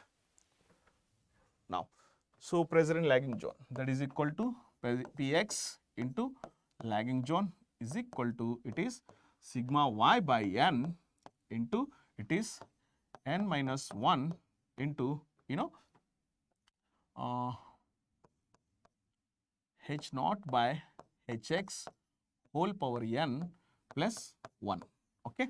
Now, where sigma y is the yield stress of material, sigma y is the yield stress of material. Okay. Right. Now, n is a 2 mu L by delta H, 2 mu L by delta H. Okay, it's a value where L is the length of deformation zone, mu is the coefficient of friction between the roller and workpiece, delta H is, we know that, H naught minus HF, right? Now, similarly, pressure in lagging zone, Hx, thickness where pressure has to be determined, thickness where pressure has to be determined. Pressure has to determine. Where pressure has to determine. Okay. Now, let me show you that. See, in the lagging zone, where you want to, where is my pen? in the lagging zone, at what thickness you want to find the pressure, that thickness Hx. That thickness is called Hx. That is what I wrote here. Hx. At what point, at what thickness you require to find out the pressure, that we consider it as Hx. Next, pressure in lagging zone. Pressure in leading zone, sorry. Pressure in leading zone. Pressure in leading zone. That is Px is leading zone is equal to, it is sigma y by n, okay, so into, it is n plus 1 into, so hx by, sorry, hn by, yeah, hx by hn. So now let me correct this.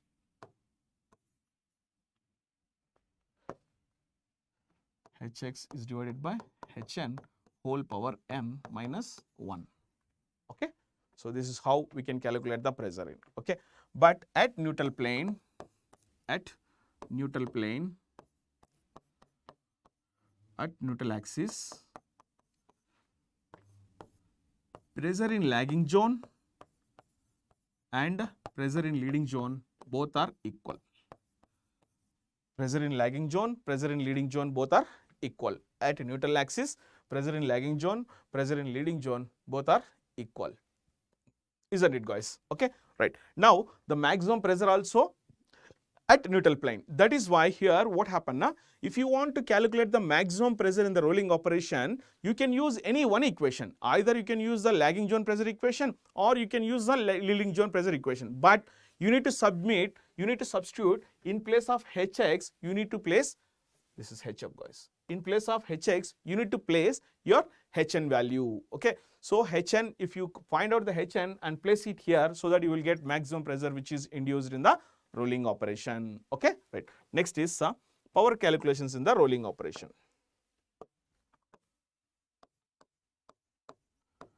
Power in rolling. How can we calculate? So, how much power we require to rotate roller? Okay, so now let me draw this. So, power equal to, we know that P, so 2 into tau into omega, right? Now, why 2? Janaki, yeah. Thank you, ma'am. Thank you, Janaki, ma'am. So, welcome to my session. Thank you. Right. Now, let us go for see power calculation. So, for how much power we require, to rotate this roller? To rotate this roller, how much power we require? All right. Now, let us calculate that. Why I multiplied with the 2? Because for 2 rollers, that is why I just multiplied with the 2. Okay. Now, let us calculate that. T is equal to torque. T is equal to torque, where W is the angular velocity. Angular velocity. Right, guys. Okay. Now, angular velocity can be written as, let me write this, guys. 1 minute.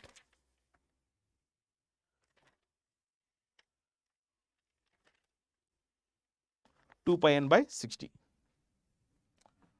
W equal to, it is 2 pi n by 60. Oh my God.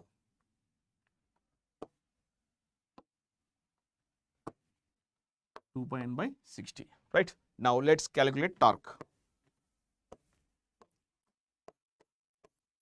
Torque is equal to, it is F average into lambda into L. Okay. That means arm moment.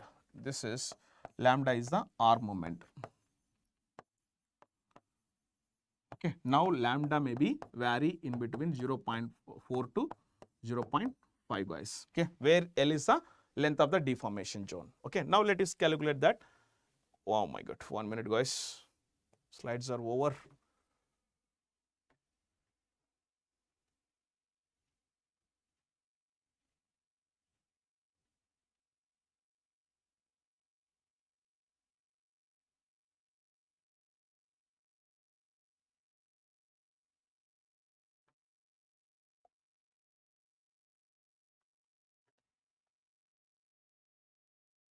One minute, guys. 1 minute, 1 minute only.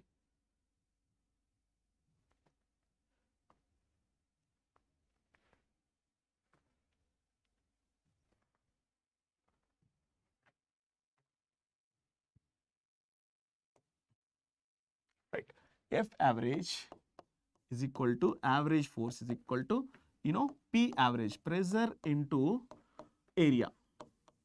Pressure into area.